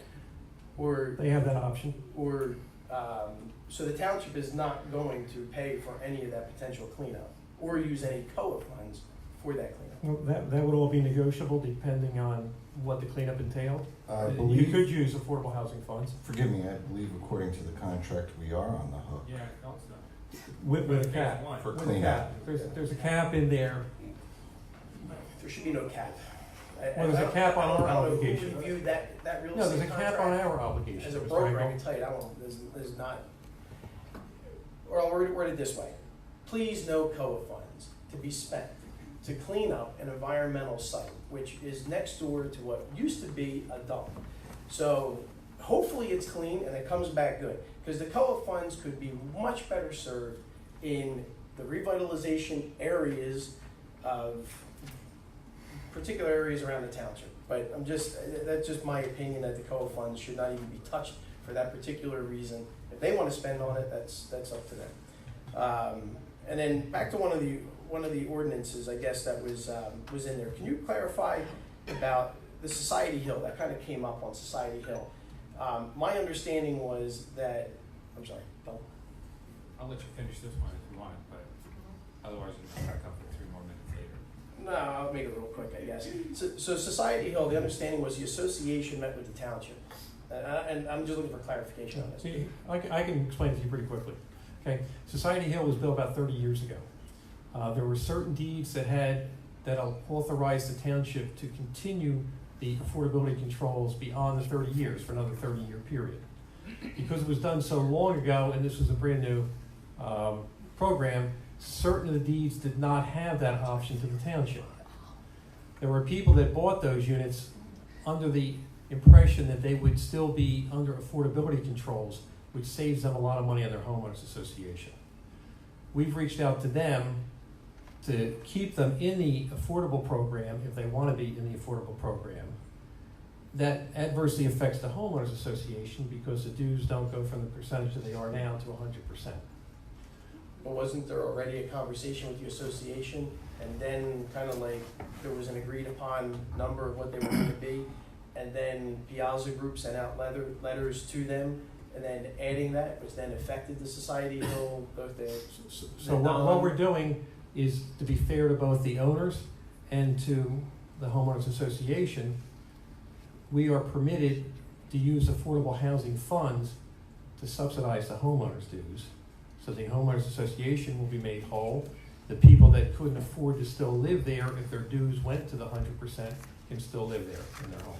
Okay, yeah, I just wanted to, for the owners that don't have affordable housing, the letter that we received to the owners was that we were expecting, potentially big increases because of the difference, but I mean, if there's a That's what solution we'll- that you have, it's greatly appreciated. Yeah, we do have a solution, and it's a difficult problem, but I think we've found a solution that's a win-win for everybody over there. Good, I appreciate it, Thank thanks. you, Mr. Engel. Can I just ask, is the air conditioning broken? I have no idea, but it's hot in here. I'm hot, I see It's poor hot. people, and they're gonna pass out down there. It's Wow. You want those 10-degree days again? no, I don't. I don't mind warm, but this is the idea. Dave, can you call? Gentleman in the hat with the police hat. That's all I can see that's on there from this distance. Jason, 2 Aspen Court, Hamilton. This is new to me, so, you know, if I don't do it proper, just let me know, I'll fix So it. far, so good. Well, the main reason why I came here was we go to the animal park a lot. And just to reiterate what the gentleman did say, first I want to say I think we have the best firefighters and policemen in the state. They're awesome. I appreciate what they did. My son's an officer, I appreciate that. I went one time and there was 2 strays there. They were pretty big, nice dogs and all, but they looked like they needed help. I made a call to the police department. They didn't really quite know what to do, but they said, either way, nobody can be there till 8 a.m. And it was like, there was a long time before 8 a.m. So whatever miscommunication's going on, you know, between the shelter or whatever's going on, I can only say, you know, he's speaking the truth because it happened also when I called. But so we go to the dog park a lot, and there's a lot of citizens at the dog park, a lot of Hamiltonians and whatnot. And it's a big mud pit, and love what you guys did with the place out front with the monuments and the I think you guys have a Purple Heart, a Wounded Warrior parking spot. It's awesome. And inside the dog park, everybody was talking about, you know, the mud bog, everything that you don't really in the winter have a ton of places to take your animals. And was wondering if you guys could consider maybe some hay or something to shoot on where the grass is. It's just a big mud pit, and it's a little dangerous even for the regular, you know, Hamilton people walking around and stuff. But of course, they want to get their animals there. So if somebody could maybe take a look at that, and maybe I could come back next time and ask if you guys thought about it or considered doing something, that'd be great. You're talking about the dog park at? Yes, sir. You know, yeah. And I mean, I personally, I'm an animal crazy. I love our pets and our animals here in Hamilton. I like them more than people. That's really why I'm here. And just a general question. I'm wondering, because I'm watching kind of how things go for the Project Freedom.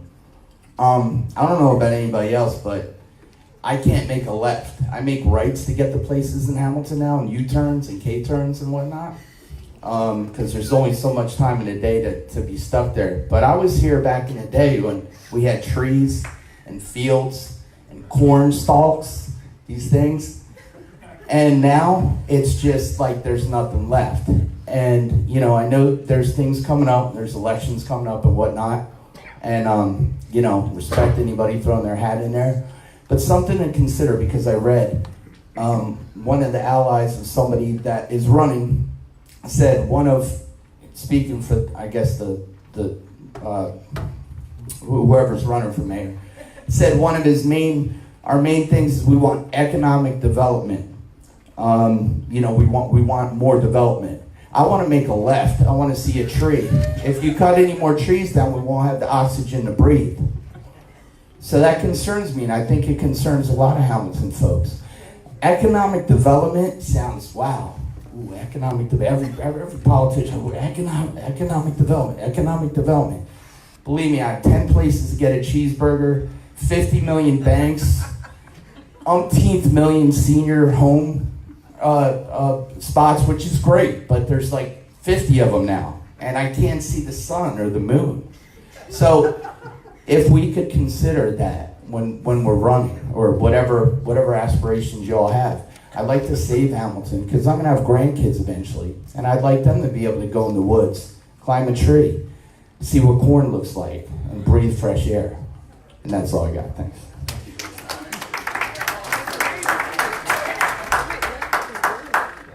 Dawn? Right. I'll get you Dawn Musiani, 2 Hammond Court. And excuse my ignorance on this, our CFO was suspended January 11th. And I know we're advertising for that. What is the process after we're advertising and we get people that come in? Does the council have a say in that, or is that all done at the building? Does the council, these people that we have coming up, these candidates, does the council have any say in that, or is that just put right in? It will be brought to the council. For approval, or just, hey, guess who we have? No. But at the last meeting, at the last council meeting, you had said, because I requested, you said yes, that council, and I sent you an email a couple of times about this, that all applicants would be submitted to council so we can see that people are applying and who's Yeah, applying. I said you'd have approval over it, sure. We'll recommend somebody, but I'll get you all the applicants. Yeah, but that's what, no, Yeah, it's that's not a not that problem. we'll recommend someone, it's that we had agreed that you would send us the applicants, so we can. Yeah, that's as what I they just apply. said, but the mayor still has the power to nominate, and then it's up to the council to Yeah, and we set. have the power to not nominate it. All right, so it goes in there, it comes before council, and you guys have a say. Okay, thank you. Dave, with that, so how does that work? Is that a new position that's created, like a part-time position? So I'm just thinking when we get the budget and it shows how many positions are in each department, how many full-time, how many part-time. Yeah, it will be a part-time So position. we're at this creating a point. part-time position? Yes. And then, I mean, we have a CFO on the book, so is that person like a deputy CFO or like, because clearly they can't, you can't have two CFOs. No. I think it'd be interim Yeah. CFO, because we still technically, Mr. Brown would still be the CFO of the council. So like an interim CFO or deputy CFO? And we have a deputy CFO, or assistant Until the CFO. proceedings are finished. Okay. Wait a minute, you said we have a deputy CFO? I think his title's actually assistant. Assistant, yeah.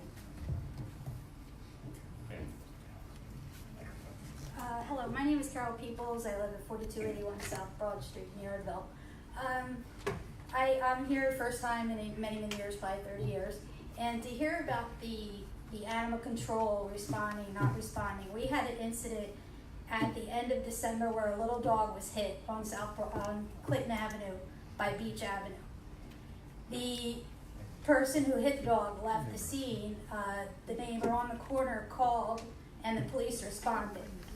What they did with this little dog that had passed on was put him up against the wood fence where 295 is and the concrete barrier, and left him there till Monday, when someone from Animal Control responded late in the afternoon to pick the dog up. Terrible. That is uncalled for. The dog was deceased. There's no reason why the little dog, it was a little dog, could not have been put in a patrol car. Who was there? Who responded? Who did call? I guess it's whoever this Plunkett guy is. And no one came to get this little dog's. We had to look at this dog's body from Friday night to Monday. That's incredible. How do we justify that? How long ago was this, Pam? It was towards the end of December. How do we justify this as a town? That we have, people driving around looking at a dead animal and nobody does anything about it. Well, it was a place where from Clinton Avenue you could see it, but from Beach you could. Would somebody called? Yeah. Police were there, there's a report. The person who hit the dog had left the scene. But we have no problem. This was on a Friday night? Yeah, it was a Friday evening. Well, I don't understand Yeah, like dinner time. why somebody would pick the dog up on Saturday, because we have animal control officers working on Isn't that a Saturday. good question? I can tell you, I drove by on Monday and the animal was still there. And then Eileen helped me get in touch with the right person and they got over there and got the animal at that point. So it was probably Monday afternoon, Yeah, by the was time in they the removed afternoon. the animal. Yeah, amazing. So, that's all. And I agree with the young man who spoke about the trees and not seeing cornfields. I grew up in Bromley. I'm a Bromley girl. Very disappointed with the state of Bromley at this point, but I live in Yorkville now. And again, you're building another hotel on Route 130, and my backyard is constantly flooding.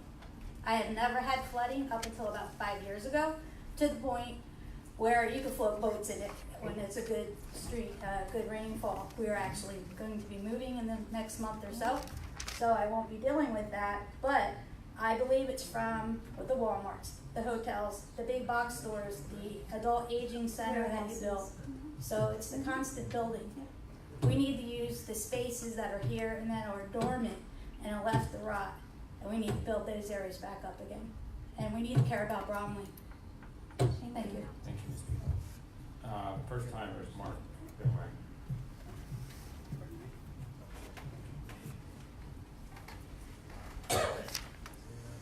Thank you, Mr. President. Mark Van Wagner, 235 Hanson Avenue. I always think I know what I'm going to say before I even get to the meeting until I'm shocked at the things I hear in the meeting. So tonight I heard that at a press conference, our directors lied to the press. Now, some people might say that wasn't a lie. It was there, we just don't use it. I'm sorry. Where I come from, when you intentionally distort the information in a way to convey a message that's not real, that's a lie. But this whole animal shelter thing is a disgrace. And I'm hearing this just dismissiveness towards the whole thing, every part of it. We seem to want to defend and deflect and not fix.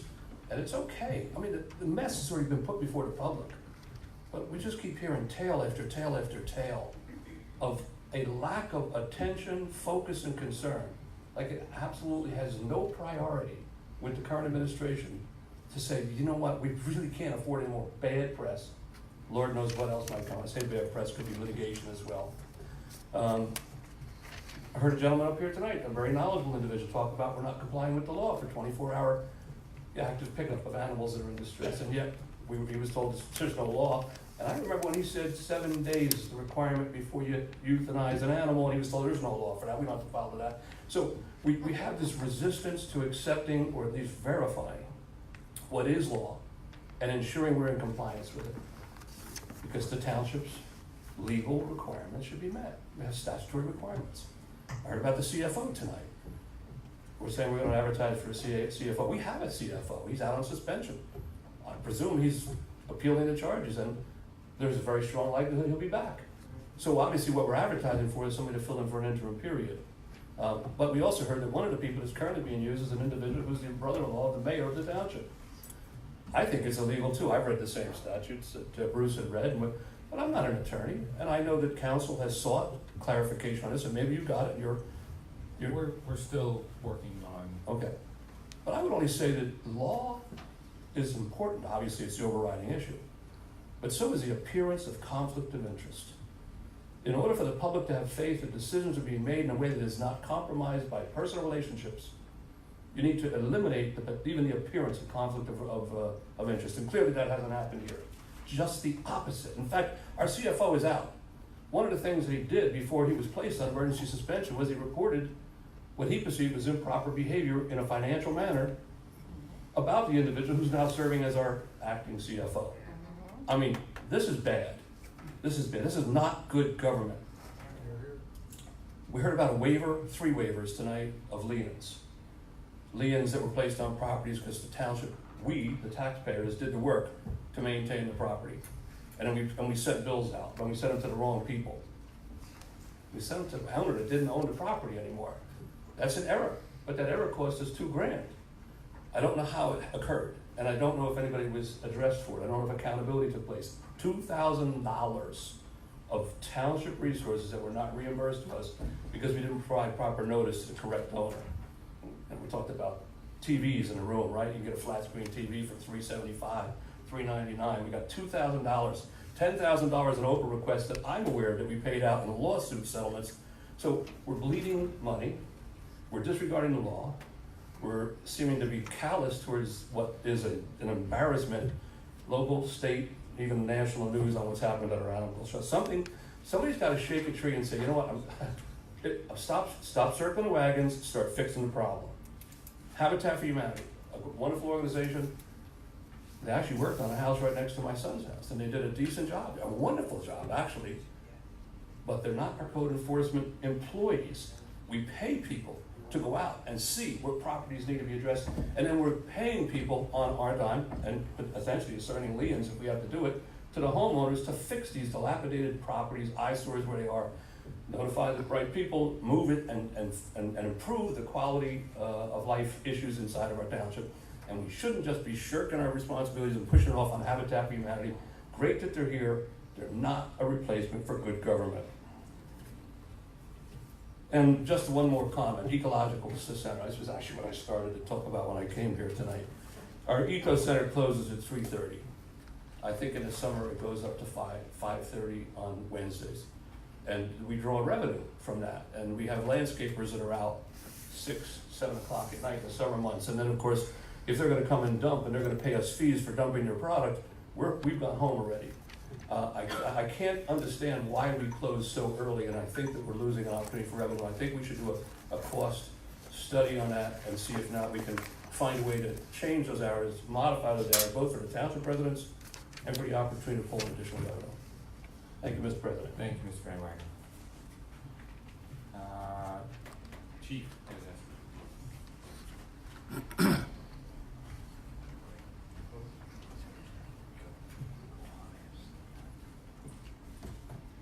Thank you, Mr. President, council members.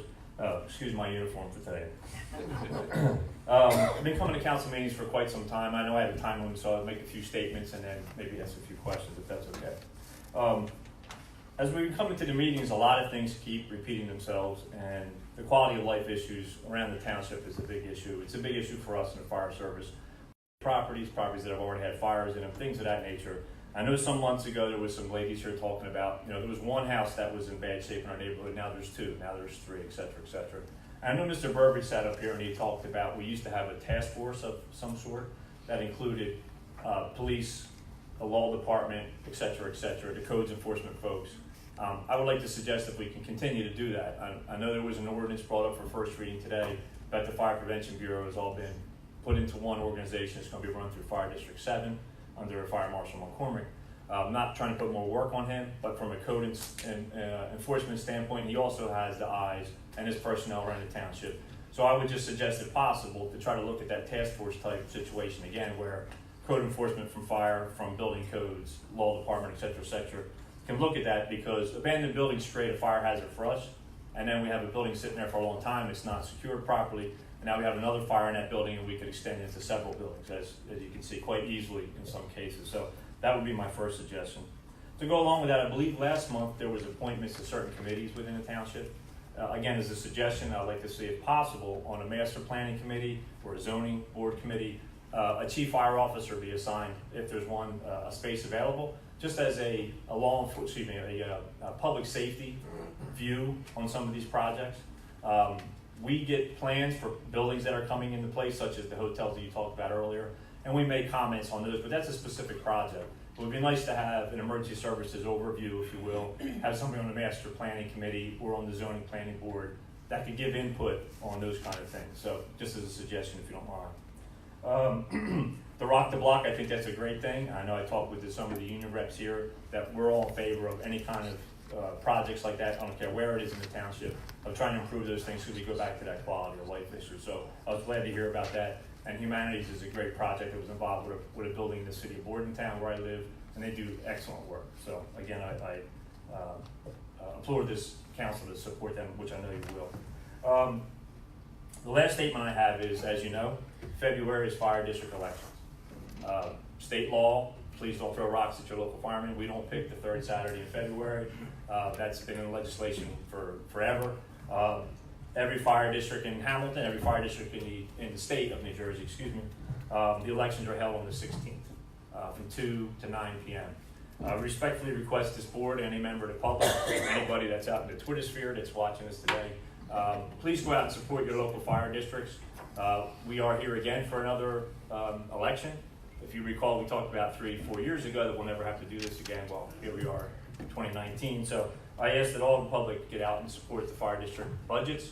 Vote for a fire commissioner that has your views on how the fire department should be run from a management standpoint. And if there's any special questions on any budgets, please support them as well. Some of them are for personnel, some of them for special equipment, so that we can continue to do the job that we do. So we ask that the public gets out and votes on a positive fashion if possible for your fire district election.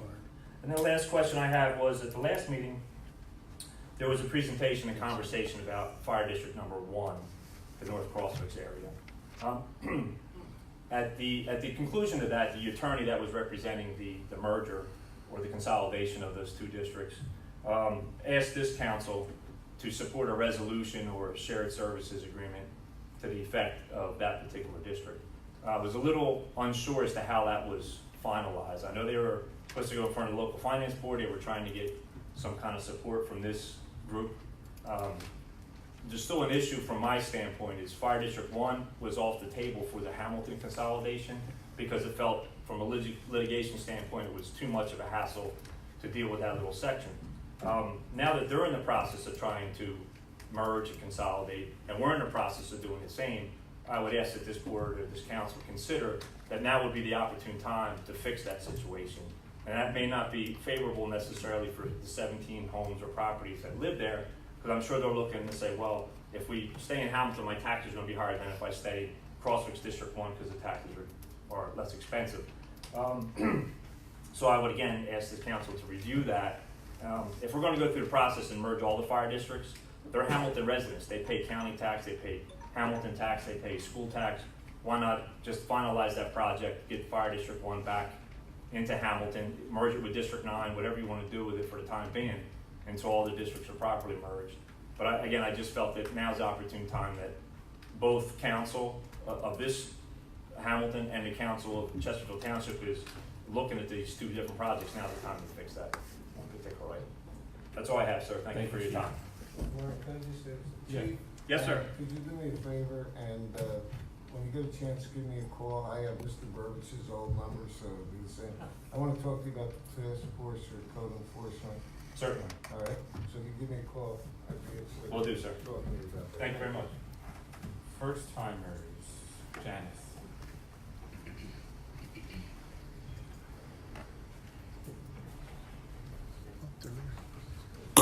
You always follow the tall people, don't you? I do, all the time. Janice Goddard, 432 Trinity Avenue, Cornell Heights. Okay, he was a good intro to me because I was going to bring up the fire election. Mm-hmm. Are we going to put that in the paper? Because I had no idea that there's people asking for stuff. You know, how would you even know that? The budgets have to be published in the paper, right? I don't know how soon before the election on the day of the election doesn't count because people need to have a chance to get out of whatever commitments they have so they can get in to vote. I'm sure if you have a side conversation after you're done with the chief, he'd be glad to answer that question for you. Because, I mean, it was in the Hamilton Post, but it was so minuscule. I mean, I didn't even, because after I read all the budgets, I've been through all the budgets, you know, and all that, I was sort of check everything out. And and then I'm thinking, when's the vote? But at the very top, real small, you practically needed a magnifying glass because the print's so small, you saw when the date was. I mean, when you go through that Hamilton Post, you read all the beginning part. If you have no kids, you don't do the sports. The next part is all the, you know, the dates and stuff. And then after that's advertisements, and in between is the fire section. You know how many people skip over that? They don't have a clue. And so everybody's thinking things are consolidated. We need to put out that the vote is out again. I mean, I will put things on our telephone poles in my neighborhood, you know, final, which I said last time, final fire budget vote. And here we go again for that. Okay. It's on the town calendar too. So for everybody, I mean, it goes to every resident, so they would have that on the town calendar too. Alrighty, now, and another than going into this consolidation, I mean, I really thought this would have been done last year. I mean, it's like they switched, they all got upset because it took 2 years and nothing was done. Well, we're going into year number 2 again, getting this done. Now, I mean, the state said this is going to save us $2.7 million at one meeting I had gone to. And then, of course, we got 23 extra firefighters, which increased things 12.7%, which is a one-time deal, but it's still something that you're paying forever after that. Now, the thing that upsets me the most is this $10,000 difference in the pay scales. I mean, if you're trying to consolidate the pay scales, I mean, that could come up to $1 million catching up to people that aren't behind the one firehouse, up to $10,000 behind. So I was wondering whether when it's finally settled, would we see a comparison of what the top salaries were as compared to what they finally settled on? Because, I mean, if you have $10,000 more than the other 7 districts, and some are like way down, and they're doing the same quality work, I mean, you need time for those guys to catch up, which I don't think you could do it all in 1 year, so it would be nice to see what's going on. How they finally settled that $10,000 difference in the firehouses. And are the negotiations going on? As far as I'm aware, I mean, it's not council's purview to. I mean, how often are we meeting, or is it like the school board where we go like months and then we have another meeting? There's another negotiation session next week. I had proposed every 2 weeks, but it seems by the time we get schedules squared away, it's like every month, unfortunately, yeah, everybody. Okay. Well, I hope it gets settled soon because, I mean, we really need to have this done this year. I mean, it's going on 4 years now. I mean, And I'll give an update on it, because Mr. Kenny and I have a call with this. things are, you know, I mean, the firefighters are so fast getting out there doing their stuff, and then when it comes to getting it together, it's like as slow as molasses. You know, it's like two opposite extremes. You know, so it would really be nice, and like I said, I think that salary thing is going to be a problem. But I mean, I'd like to see, not wait till like every December to have it done. It would be nice to, and then it'd be nice to have something in the papers about, you know, what each firehouse is proposing, so people know, and so they see it, because like I said, the post, it's buried, and nobody saw it. And half the people, over half the people assume it's done. I saw somebody today, and I said, oh, don't forget, there's gonna be a fire budget election. Going, there is? I says, yeah, it's not settled yet. So I said, spread among your neighbors, you have to go out and vote for the budget. You know, so they need to know. Thank you, Janice. Okay? I see everybody fanning themselves. You didn't realize part of the new council rules was we were literally turning up the heat. Emanating heat. Aims for a second time. We're on the 3 minutes now. Okay, 3 minutes. So what is the township's position? Does the township support sewer surface extension into the rural resource conservation zone, specifically the Rat Vanny property? No. No, nobody's supported that. Nobody is, because there was a public notice for a hearing this past January. We're for a meeting at the Mercer County Planning Board. And apparently the notice for the planning board hearing stated that if I'm roughly paraphrasing, the township has no objections. Well, we didn't say that. Which project are we talking about? About the all sports. This is the. Oh, that's This the- is the one. This is the one we were gonna hear about tonight. Is that what you're? Yeah.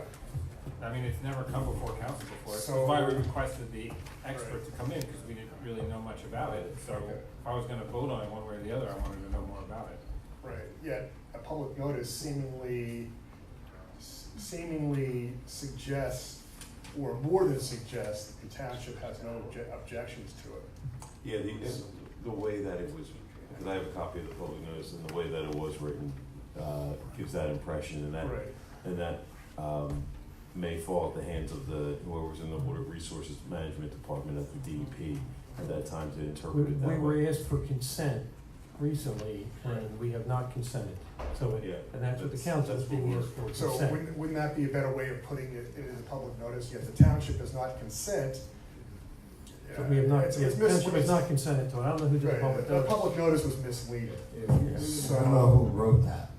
What's that? That would be the, probably the applicant wrote that, I would think, I don't know. The Apple?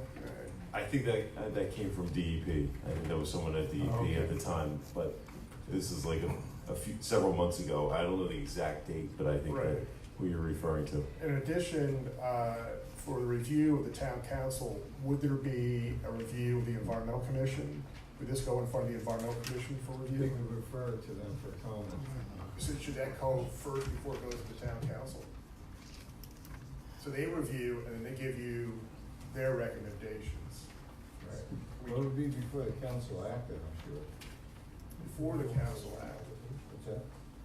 Review of what part, I'm sorry, I was looking at. Okay, so that would be for the environmental commission to review this proposal for sewer service extension. For the extension of the, okay. Before it goes to the town council.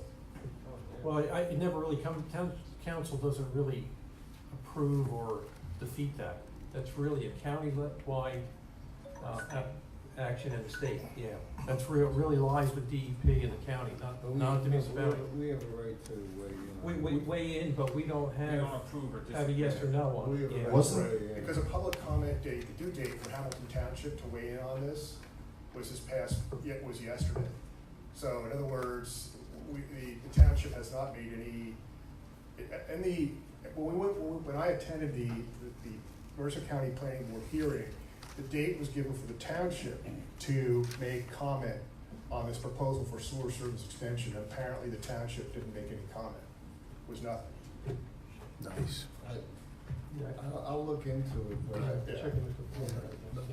this is, I just heard about this with the agenda this week. All right, I'll look into it. Okay, so then you would agree that perhaps we could have the environmental commission look at this first? Well, the question, I think, is, Right. with the rural resource conservation zone, Right. what exactly is what are the steps? If somebody wants to run pipes into the rural resource, what are the steps that they have to take? Who exactly has to give approval of that? Mike, could we get clarification on that? What exactly are the steps? Because that's not just a township authority, that's a state authority. Yes. So, I mean, we have a say as a township. Right, so as an example, if the township were to weigh in on it before this past February 4th and say yes or absolutely not, that would have been the time to do it. To the county planning board. To the county planning board, yes, but nothing was done. Let me look into the whole I thing. mean, I think we missed an opportunity here to do this. This was brought to council's attention last week, and so that's why we put it on the agenda for today, to hear them out and give an opinion. Yeah, and that's a concern because this was a public notice that was listed December 3rd for a Mercer County planning board hearing, and yet the township didn't pick up on it. For sewer service extension in the rural resource conservation zone, and now you're hearing about it just last week. Let me just read something here, and this is in what we received regarding this from the consultant. So a statement of consent by a governmental unit shall be in the form of a resolution by that unit's governing body and is due within 60 days of your receipt of this letter, and this letter is dated December 4th, so. Mark.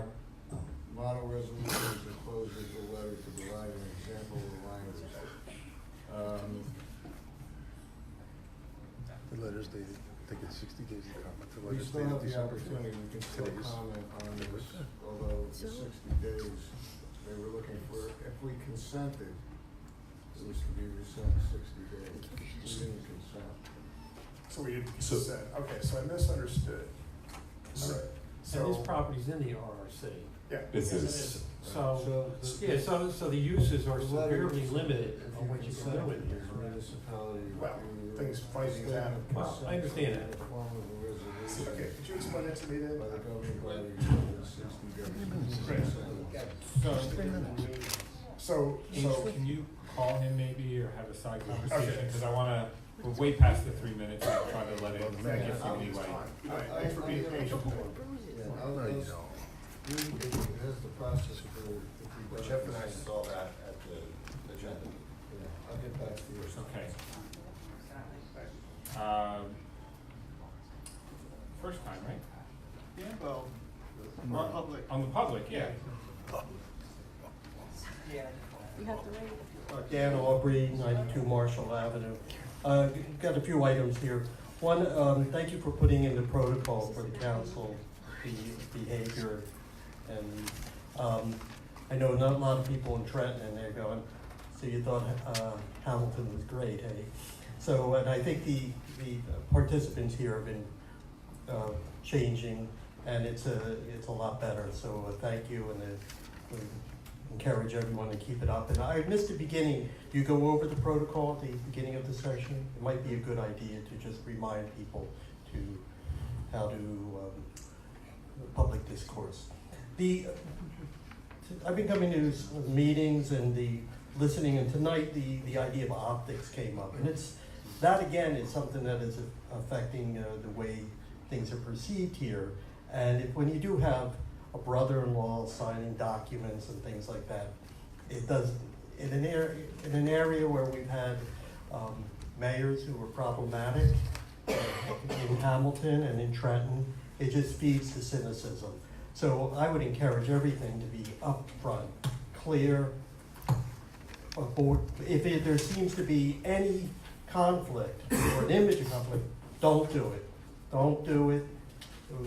It's going to protect us all. So that is something I wanted to bring up. And the idea of clarity came up tonight. There seems to be the idea of things chasing around and going to work hard on getting the ordinances and the planning and the steps really articulated, and everyone follow that is going to be beneficial to all of us.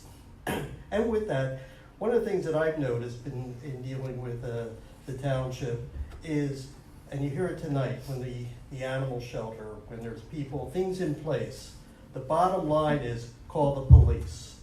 And what happens is the police come out and they're not really trained in it, and it's really not their world, and they're out there making calls left and right. We need ordinances, we need steps, we need protocols all in place so everybody who knows. I feel bad for the police because I've had to deal with them on a couple things where they're going, look, if somebody called, we don't really, there should be an ordinance, or we don't know, we're not in control of the situation. So it seems to be spinning our wheels, and we really just have to figure that out. So I encourage at the beginning, we're really starting this new year now, so all of this, clarify, keep it clean, keep it transparent. It's good. It's for all our good. So thank you. Thank you, Dan. Mr. Clay. This is second time. Steve Clay, Wolfpack Road. So now that we've heard from a few other people about not getting any response from animal control, I'd like to go back and get an answer on where that $40,000 in overtime went, if it wasn't for after-hours animal control. I'll look into it. Off the top of my head, I don't have it, but we did have an overtime problem at the animal shelter, which we've resolved. We did have significant overtime with one incident on Uncle Pete's Road with some pigs that had to be cared for quite a while. And the county asked us to step in and do it, and our animal control people did it. And as I indicated, the on-call pay was removed several years ago, probably. We're looking at that, and whether we have to reinstitute that may be helpful as we learn about, as we get, we have the part-time ACOs that might be willing to respond more at night, but it's difficult. You can only throw so much money at every problem before it starts. Oh yeah, I'm just wondering where the money went. We threw it, so you said. I don't know if we threw went through money the at it. whole Where'd you overtime throw it? budget. Oh, yeah. We probably did, but I know the Uncle Pete's Road one cost a lot, but there was an overtime problem down there that we've remedied now. What was that problem and what was the remedy? The remedy was to tell certain people that you're not permitted to get any more overtime unless you get approval. Why were they getting it if they didn't need it? There were times that it was needed, but there were times that it wasn't needed. For the past 5 years, the animal control team has consumed between $35,000 and $40,000 a year in overtime. Every year. And every year, that overtime goes to the same two people who actually don't go out and do animal control calls. So it's not a new problem that happened this year with Uncle Pete's. It's a problem that's been going on for years. I don't disagree with you, and now we put a stop to it. Right. So what about all this, $170,000, $200,000 in the last 5 years gone for nothing? Is anything being done about that? Well, there's nothing to be done about that. They work the hours. Are you sure? I don't know how I'm gonna go get the money back. Are you sure they work the hours? Now, I mean, you made a statement to the Trentonian that you and the mayor are very concerned about theft of time for the township. Absolutely. And here's $170,000 to $200,000 gone, supposedly for overtime for animal control that we budgeted for every year, that we're required to provide, that we didn't get. So I'm thinking there's $170,000 to $200,000 and somebody's responsible for that being missing, and is something being done about that? No, there's nothing can be done about that. They work the hours, they work the hours. They Be put the sure time to in. work the hours. I don't have any indication that they didn't. On your other subject, I have a lot of evidence that the time, sick time was used other places, so. So you have no evidence for the animal shelter because there was no In documentation? the past 5 years, no. There's no documentations, no policies in place. No, there were Therefore- policies in place. Yeah, and, but that was okay, we can't do anything about it, that was back then, but this one has a lot of evidence, we gotta go after this one, yeah.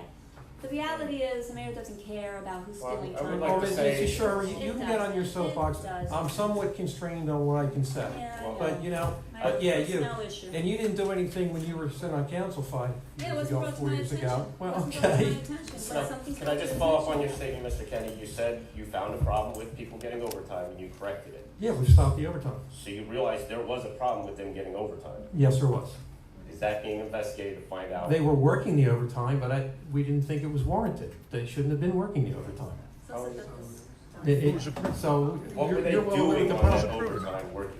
They Or were were they working. just punching the clock? They were there. Mr. Clegg, But- I've given you a little leeway here, I'm sure somebody will Sorry, I be didn't happy hear the to timer. All right. fill in where you left off. Thank you. Dan?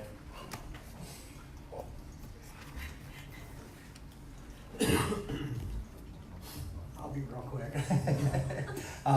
Getting back to the Mercer County, the sewer extension thing, you read the notice too, but what it did say was that the township had no objection, but it referred to a letter that they sent to Mercer County from 2017. So, Mr. Ballard, if you maybe look into that, because I know you're saying that you don't agree with it, but obviously something was documented more than just a statement made. Mr. Carabelli and I.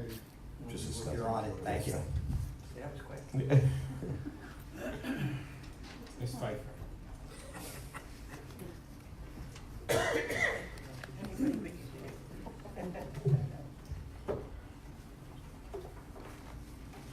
Terry from Hamilton. Okay, so I just want to say one thing and then I'll go back to my questions. The key in regard to the nepotism is the position he had when the mayor became the mayor, and if he was promoted during that time frame between then and now. And civil service does not dictate when a township employee gets promoted.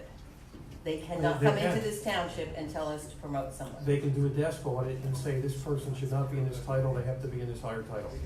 Not It's if, not- not if they're breaking the law. I absolutely No, will not. no, well, They cannot break the law just because they're civil service. The law does not say unless you're in civil service. So there is a law. And we have to start following the laws in this township. That's one of our main problems, is we think we don't have to follow them, in my opinion. Now, what was the cost to develop that software that we're not using? I don't think it was any, it was software we already had. I don't, but I don't No, know. we developed this. We developed these forms and we Oh, created yeah, these forms. yeah, that was done in-house.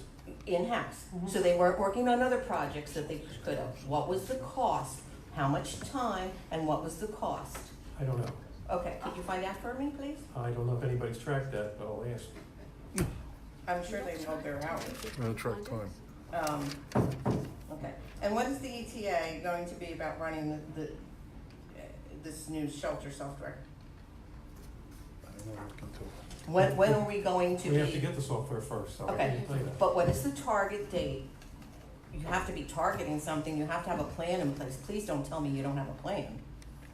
We have to get quotes Okay. and review the software, and then we can buy it and put it in place. And in what time frame are you looking for? What time frame are you looking to get quotes? What time frame are you looking to? We already indicated we have one representative coming in next week. Mhm. I don't know about the others.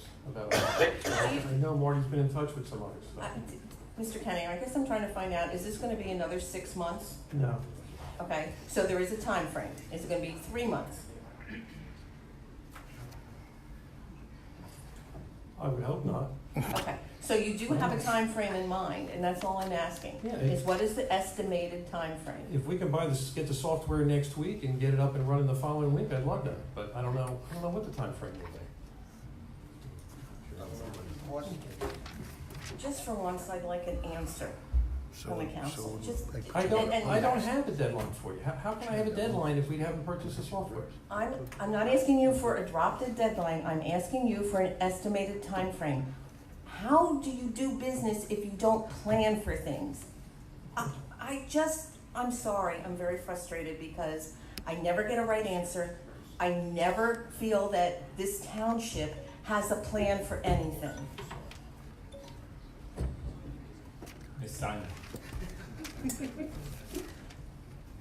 Question, yeah, I have just a real quick question. Have you, I know you don't have a timeline, but you have the power to tell, I'm assuming, you have the power as the business administrator, number 2 in the whole township here, to tell Director Plunkett that this needs to be in place by a certain date. Instead of saying, I don't have a timeline and we need to do this and we need to do that, in business, if something needs to be done or corrected, we set a timeline, we set a course of action, we have a plan.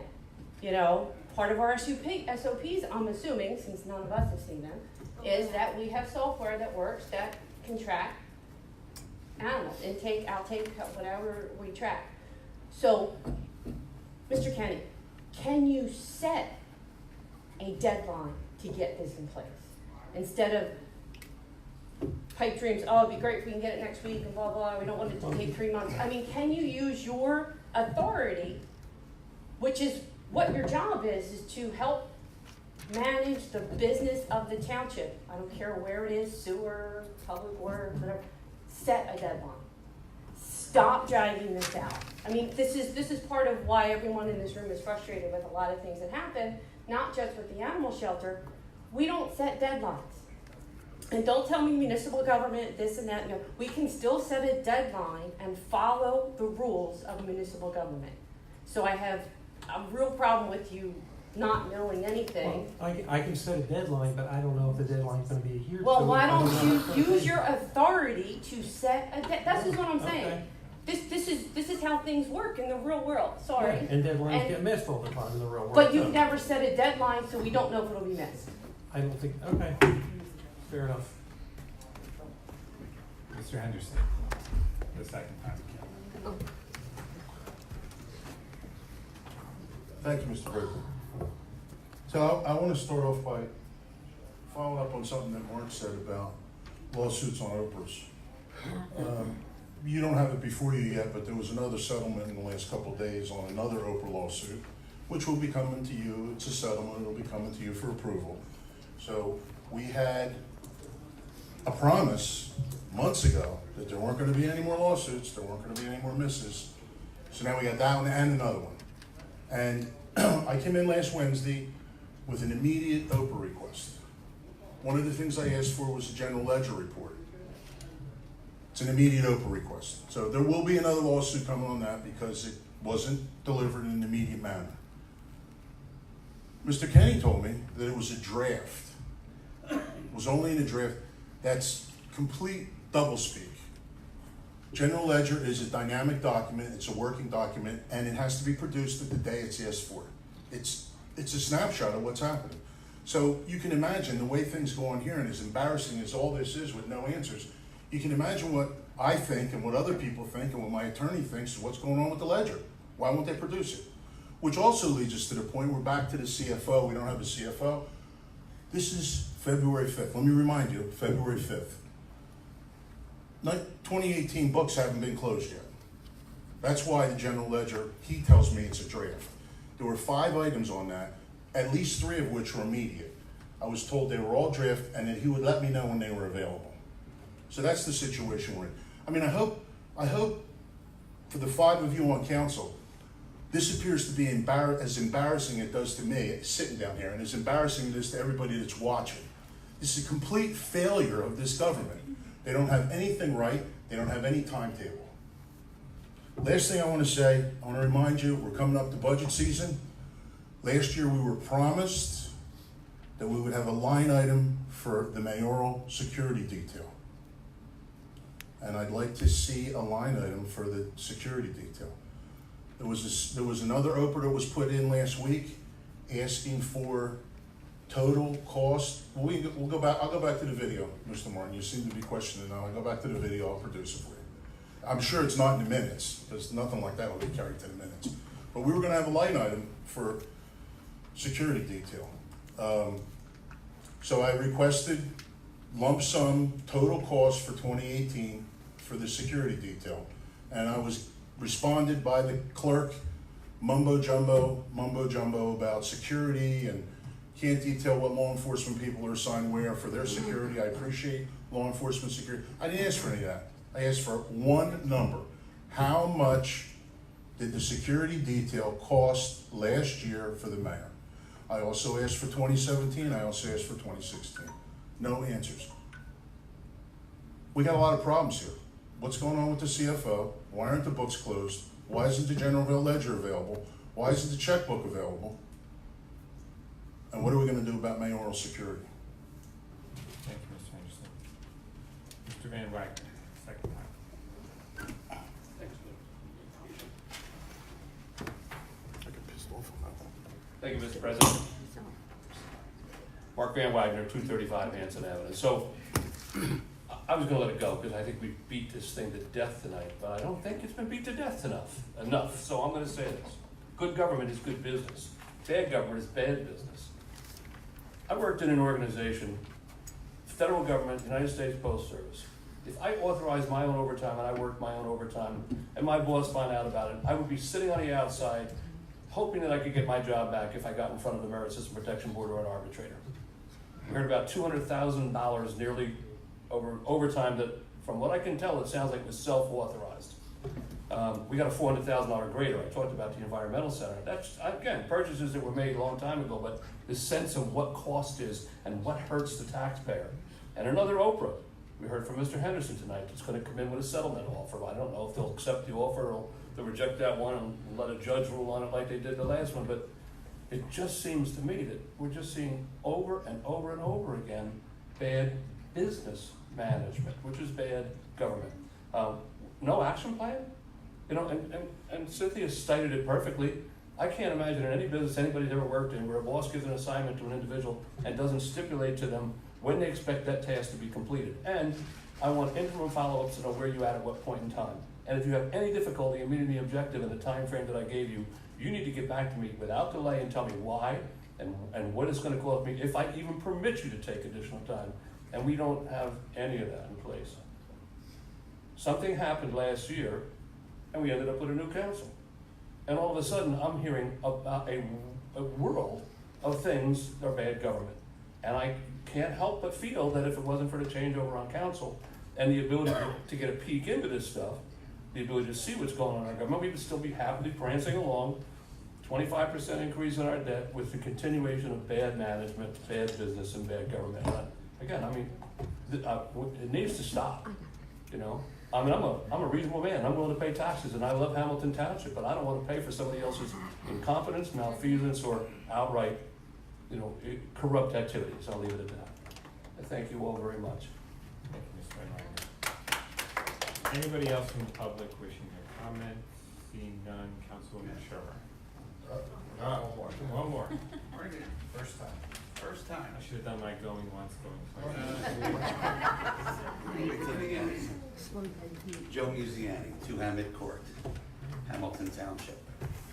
Hamilton Lakes Development, which I could get into, but we'll do that from some other time, but it needs some updating. My comment tonight is, it's my second time coming to the meetings. I've been watching almost religiously since they've been getting taped.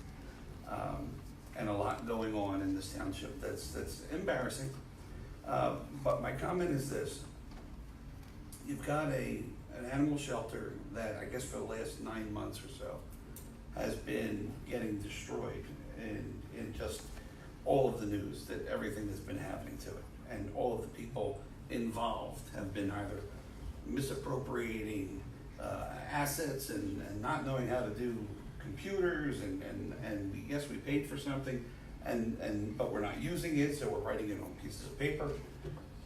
And yet the director, and I hate to say this because I've known the gentleman for 17 years, still sits in his position. and he's a great man, but he's not doing his job. But he's still sitting in his position. And another man who is doing his job and brings something to the prosecutor's attention, all of a sudden, in a matter of a week and a half, there's 6 years worth of mismanagement on this gentleman, and he's suspended. So I don't understand, we're picking and choosing who we're going to accuse of not doing their job properly. If people aren't doing their job, then everybody needs to be called on the carpet. I don't care who they are. I don't care how close they are to the mayor. I don't care what they've done for a living or what their background is. If they're not doing their job, then they need to be suspended or they need to go. And that's just what I just need to say that. It's been bothering me. You guys are doing a great job. I like you. All right, going once, going twice. I gotta just ask one question. For a second time. I gotta ask. Bruce Engel, 159 Elmwood Drive. Who's responsible for balancing the books so that they're done? Who's the guy? Girl. Well, it'll be, currently it's our assistant CFO together with our auditor. Okay, so the same guy that was promoted through civil service. Okay, so now that he hasn't done his job, or, I mean, I don't know, if he doesn't have the books balanced and he can't provide No, for the books are never closed until sometime in February because you still have invoices that come in for last year's budget. Very common. their bank statements. No, but we have, the general ledger is not closed out. It's, Okay, either way, but he didn't get Mr. Henderson what he was asking for, so he didn't do his job. And now there's potentially a lawsuit for the Oprah request that wasn't provided. To me, it goes back to the guy who's not doing his job. So the same civil service guy that was somehow, and I'd like an explanation, I guess, how did that get promoted? You mentioned before I don't understand. I truly don't understand civil service, so how did he get promoted? I wasn't, that was. Okay, so I work for the town. How do I promote, how do I get promoted? You can get promoted, it goes through civil service. Civil service also can do a desk audit. If someone thinks they're doing a job that they should be, that they're misclassified, they can request a desk audit. Civil service comes in and does the desk audit. Who's civil service? Civil service, the state of New Jersey. Okay. Civil Service Commission. They send somebody in and they say, oh, Mr. Engel, you're being paid at this right now. That's not, you're doing work at this level, so you, in this classification, so you're misclassified, so you get a promotion. Yeah, but just to be clear, Dave, when a township employee gets a promotion, it's not the state giving them that promotion. It's the township They do giving when, them no, that promotion. that's not true. Not when it's a desk audit.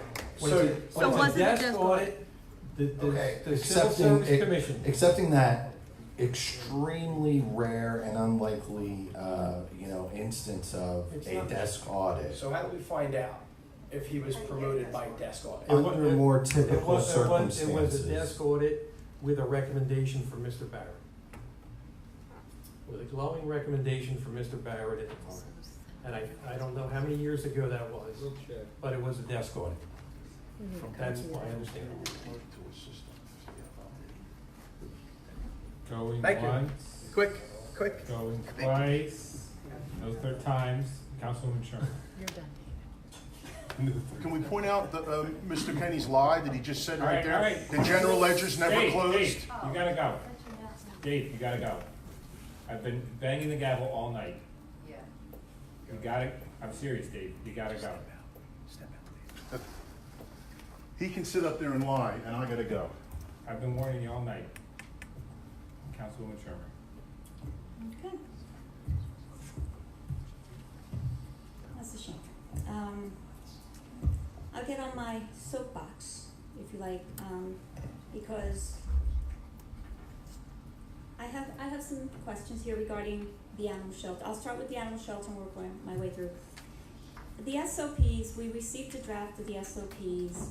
I'm still looking over them, trying to understand them.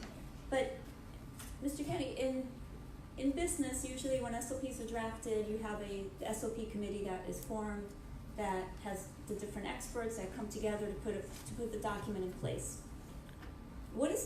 How did this SOP come into place? Because I'm looking at it and there's some things that don't sound right, some things don't look right.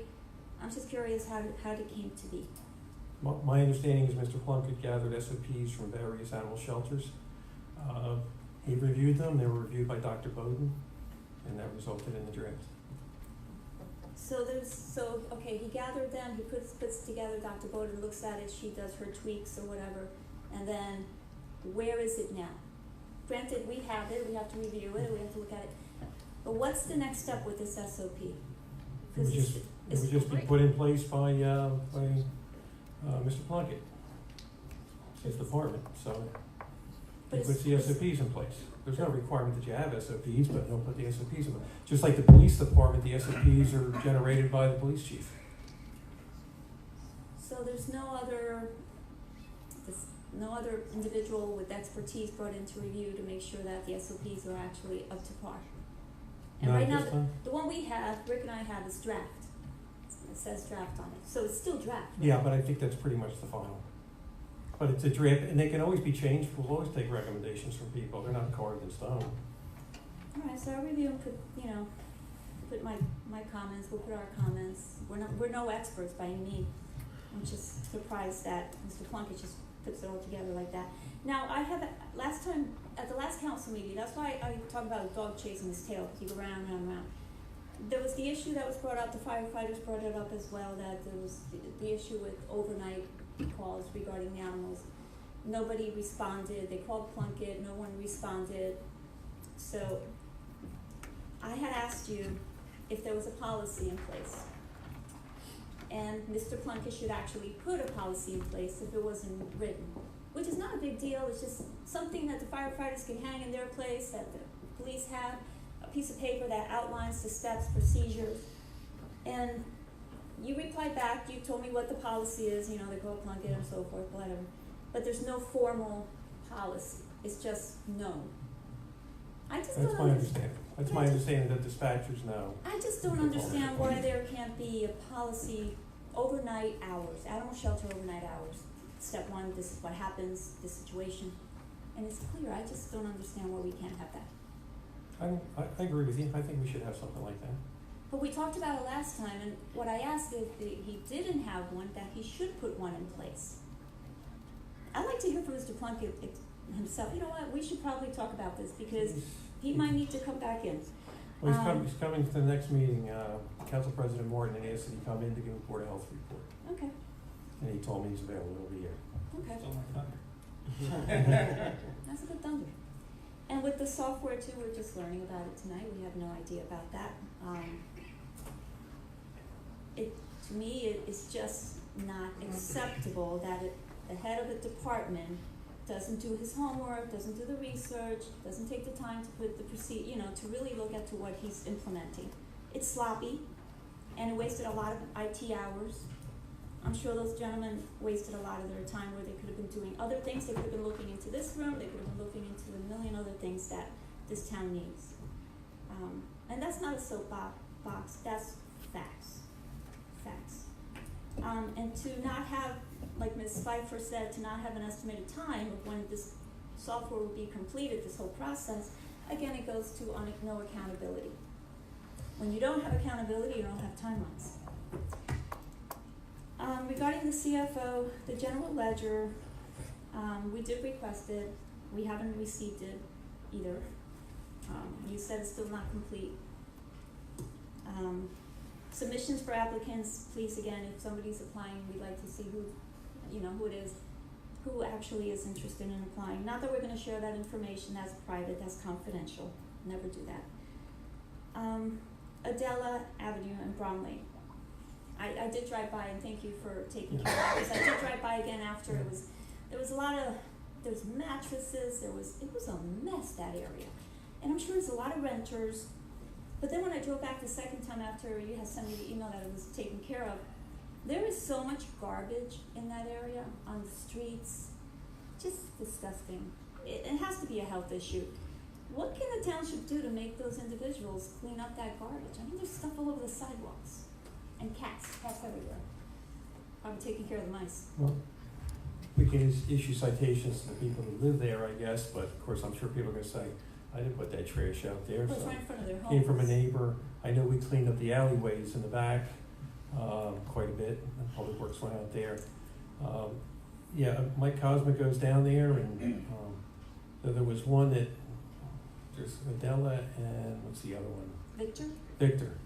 One seems to be in much better shape than the other, but, yeah, they use older housing stock, and I'm not sure how many renters we really have down there. So if it's homeowners, yeah, we can certainly issue citations to them. I don't even care if it's renters. I mean, there's no reason why somebody in front of their house has to have plastic stuff and all this garbage, and you drive by there, it's disgusting. I mean, that's Hamilton, it shouldn't look that disgusting. It's a very difficult enforcement issue, you know, for several reasons. And the question becomes, you know, if the remedy is economic penalties and people don't have a lot of money, it's just exacerbating the problem. But there's no really easy answer. It's not hard to sweep up. The only thing possibly that we could maybe do, but this kind of goes back to the issue before about the tax sales certificates that was raised. Those are for properties that are either abandoned or they're in foreclosure. And what happens is people complain to the town. No, I get that. The town sends employees out. The employees, and then what happens is the property actually is either sold or foreclosed, and then the closing or purchasing person, the fine's not theirs, and then they appeal it, and theoretically they're right. But that's all enforcement money. That's what it is, trying to keep the properties, you know, looking good. So it's tough, but It is tough, but that comes from constantly going out there, and if you have to find them, you find them. They can get a broom and a bag and throw that garbage in there. probably the other thing we could maybe do is have somebody from the housing department inventory what actually is rental properties, and then also put the owners on those, because they are ultimately responsible. We do have that information, and we have retained a law firm that's going to work on contingency to go after some of the more, some of the abandoned properties that are really bad shape to try to collect fines from them to force it. You know, we have our registration fee that increases. The good news is we've had 150 abandoned properties that are no longer abandoned now. And I think it's been part of the foreclosure process. Now that the banks have gotten it back, they've taken them, they've sold them, and they're being occupied, they're being rehabbed by contractors, which is good news. So that would be a good idea to put that list together, because that area, I mean, granted, the actual property was cleaned up, there wasn't a mattress, there wasn't furniture dumped all over the place, but then when the streets and the cats all over the place, it's like, oh man. Michelle, can you do me a favor and shoot me an email with the I don't know how you wanna do it, the perimeters of the streets you're talking about, and I'll get something over to the housing department. I will, and I had sent that to Mr. Kenny originally, but I can do that, absolutely. Okay. No, I'm glad that was taken care of. Going back to what Mr. Clegg has said, I'm gonna skip back to the animal shelter regarding the after-hours policy. And he brought up that it's a safety, public safety issue. When you have an animal out there that's hurt or that can hurt someone, or just, the mayor is the public safety director. She should be concerned that this can happen. Not that not because you have something in place doesn't mean something's never gonna happen, something can happen, mistakes can be made. But I really would like to see something done about this, because it's disturbing. I don't wanna see an animal hurt and be out there or dead lying somewhere. I mean, we're humans, we could do better than that. So I think that's, I just want everybody to know too, we did receive the bill list, for January, we received it. Thank you for sending that. So we're just waiting on the general ledger, so. There's another thing I wanted to bring up. I saw in Insider NJ, Trenton Water Works, that there's gonna be a meeting March 27th at the senior center again. Yes. It's funny because I had spent over a week calling the mayor in Trenton, leaving him message after message, sending him text messages. Now that he's mayor, he no longer responds to me, which is sad. But all I wanted was for them to have a meeting where it's not like the last meeting they had. And I told this to the gentleman that called me, and I said to him, I don't want it to be a elected official showcase where every possible elected official stands up there with the mayor, you know, and the people from Trenton Waterworks as they're talking about the water issue. That's ridiculous. I don't want that. I would like to see and I have relayed that message. The mayor from Trenton, I don't even care about the mayor from Hamilton. It's the mayor from Trenton that has to be accountable for what's happening at his area. And the people directly involved with Trenton Waterworks who produce the water in terms of their overseeing how water is managed. They should be there answering the questions of the public. It should not be a political showcase, and I hope to God it doesn't turn into another one like that. Well, as I recall, they had personnel there, but they didn't run the meeting very well. Yeah. We're going to have it set up a different way. Instead of having those tables, just have lines, rows of chairs. It should be easier to control. It should be just like this, where people, That's what we intend, because, and frankly, it was set up by Trenton. We would have preferred to move it to a high school or something, to like Nottingham High School, to have an auditorium where the acoustics would hopefully be better and better parking and everything else, but Trenton scheduled this. Well, I just, as the mayor, and you discussed this with, you know, those in Trenton, to make sure that this becomes about the residents and not about every elected official that feels they need to be standing up there to get publicity. So I just hope they keep that in mind as you guys do this. And that's all I have. Thank you, everybody, for coming out tonight, and for your support and for staying involved. It's very important. Dave, when did you say is thenext fire? Next Thursday, isn't it? A week from Thursday? 14.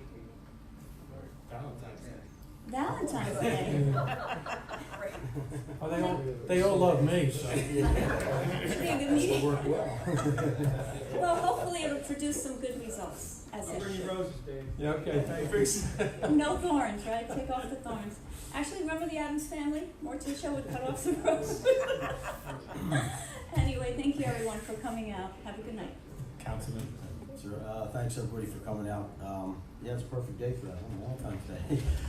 Hopefully we can move forward with this municipal department. I know, negotiations tough sometimes, but hopefully next week we move forward with that. Not only, there are a lot of details that Jeff and I are working on. Yeah. They keep coming up, new things. I know the other issue, I don't know what steal Jeff's thunder, but I know local finance and civil service are saying who's going to go first type of thing, right? So we're having that issue, but that's the major thing going on right now with everything is the consolidation. Hopefully we can move forward with that. The elections, fire election, as the chief mentioned earlier, please get out there and vote.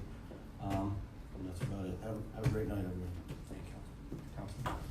I just want to thank you for coming out this evening and for your participation in our government. Have a good evening, everyone. That was quick, Councilman Ty. I'm not gonna be as quick as Councilman Carver. But first of all, there was a lot of talk, Mr. Engel mentioned the optics of a lot of situations, different residents expressed concerns with the optics of, different situations that we are dealing with in the township. For me, what that translates to is confidence. People want to be able to have confidence in their government. And today there were a lot of examples of, reasons for concern. One of the things that I learned about today was desk audits and this notion that the township is not responsible for promoting its employees, but the state is through desk audits. And I'm concerned about this notion of desk audits being a regular occurrence. And Mr. Ballant, I'd like to know, if you could help me, how many times over the past 5 years the state has been forced to intervene because an employee was improperly classified, and how many desk audits there have been over that time period. So just a suggestion to help restore confidence in the CFO situation. If we are going to advertise this widely, my suggestion is perhaps, and you're not required to, but I'm requesting it in order to help restore confidence of the residents in our government. With the candidates for acting CFO, instead of giving us one candidate, perhaps you could give us three and allow us to interview three candidates. You're going to have an interview, but perhaps we could interview your top three. And we could have a public airing so that people can see that these folks are qualified and that there is in fact going to be someone who is qualified to do that job without any conflicts in place. So finally, the final thing is I'm concerned about the staffing cuts at the shelter. We did authorize the funding in order to fund the levels of staffing that we've had, and we've seen part-time employees with their hours, it appears, cut in half. And I guess that civil service protection that we've been talking about so much tonight, it doesn't extend to these part-time employees apparently. We actually added part-time employees to make sure we had coverage in certain, especially on the weekends. So we had employees who were getting 6-hour shifts who are now getting 3-hour shifts, is that correct? I'm not aware of anybody getting a 3-hour shift. Well, perhaps we can get some clarification there too. And also, finally, I was at the last Trenton Waterworks meeting at the senior center.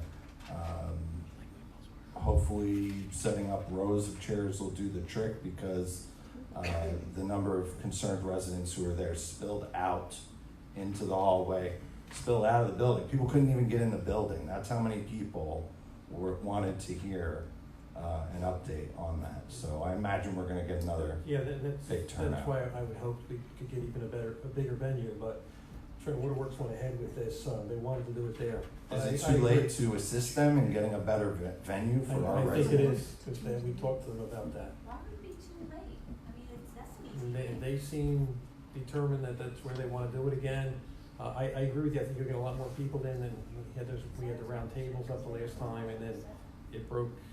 The whole meeting fell apart because they told certain people come on up front, so they were talking. You couldn't hear the other people talking. And there was one guy with a microphone running around didn't trying work at all. to. See, that's not right. That's not right. That should not be acceptable, right? Right. I mean, that's a big issue, Trenton Waterworks, and for them to say that they're gonna do it at the senior center when it's not convenient for everybody, they shouldn't have say over that. Sorry, Rick, I'm so sorry. That's all right. Yeah, so listen, once again, you know, it's I want to commend our council president for, you know, wielding the gavel firmly this evening, and thank you all for coming out. You said you wanted the clarification. Some night Dennis Bones time.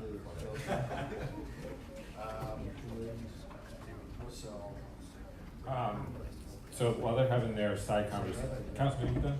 I'm sorry. Okay, no, that's fine. Just to give a quick update on the fire consolidation, Mr. Kenny and I had a meeting, and some of the firemen were there with local finance board, and they went over the contract provision, and we're working through that, and they raised some other issues, and they literally raised one where we had a meeting with one state entity, and we had a meeting with local finance board, and they literally told us the exact opposite thing. And so we've got a conference call now on Thursday to try to figure out who goes first and who goes second, because they both want to go first. So I mean, that's some of the stuff we're dealing with now as we continue to move through this. But I know council's committed to getting it done, and a lot of people are, and so I think the will there is there to get it done.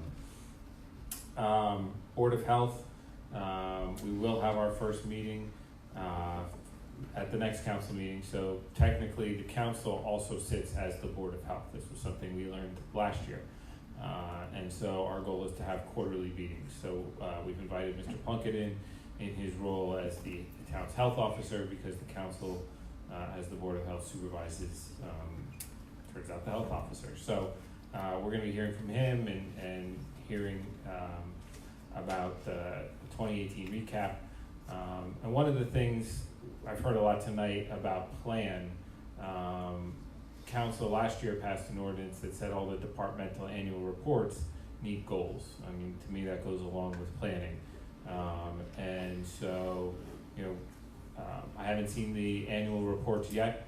My hope is they all have the plans and the goals, whatever phrase you wanna use, in them, so that this way when council is making decisions, especially on the budget, we know what their goals are and can better understand what resources they need and things like that. And we'll get that a little bit too from the Board of Health meeting that's next council meeting. There was a citizen who put out a thing on a town hall for the end of this month. We're working on that because if council attends, there's potentially Open Public Meetings Act violations. And so we're working with Mr. Ballant to figure that out, to see what parameters have to be in place. Can we attend? Can we not attend? So we're on that and figuring that out. So just if you've heard that. Friday the 15th and Monday the 18th, town offices are closed for both Lincoln's birthday and President's Day. The next council meeting is February 19th. Valentine's Day, in addition, I guess, labor negotiations, the mayor's doing marriage and vow renewals. So if you haven't signed up for that, and you love your partner or something to look into. Dave, one other thing, we had talked at the last council meeting, Councilman Ty had brought it up, an independent attorney to do some of the investigation for some of the stuff that's been brought to council's attention. And I know we had talked in the Bergen County case, it's not that council's looking to hire a separate attorney, it's somebody to do an investigation into some of the allegations that have been brought to our attention. Have you been able to, or you or Mike, find any other case law on that or anything like that? There is a case from a long time ago that says in a Faulkner County community, the council cannot hire its own attorney. Okay. So, maybe we can talk about exactly what you want this attorney to do. Maybe there's some. Yeah, I mean, and I think what Rick was trying to get at is Mike's put in an awkward position. There's been allegations raised, right? And he's got to, if it's not him, right? How can he investigate whether things are done right and wrong when he's representing the town and, investigating whether something was done wrong? So it would just be whether there's a need for a conflict attorney for something like that. And Dave and I have discussed it, and I think we had agreed we were gonna talk to Jeff about, We can talk to the Jeff, yeah. I just know that the settled law has been that you cannot, council has no right to do that. So, thank you all for being here for the past roughly 4 hours. And you heard great stuff about Habitat, Rock the Block. Hope you'll look into helping with that event. That's a personal plug from me. So thank you all very much. Have a great evening.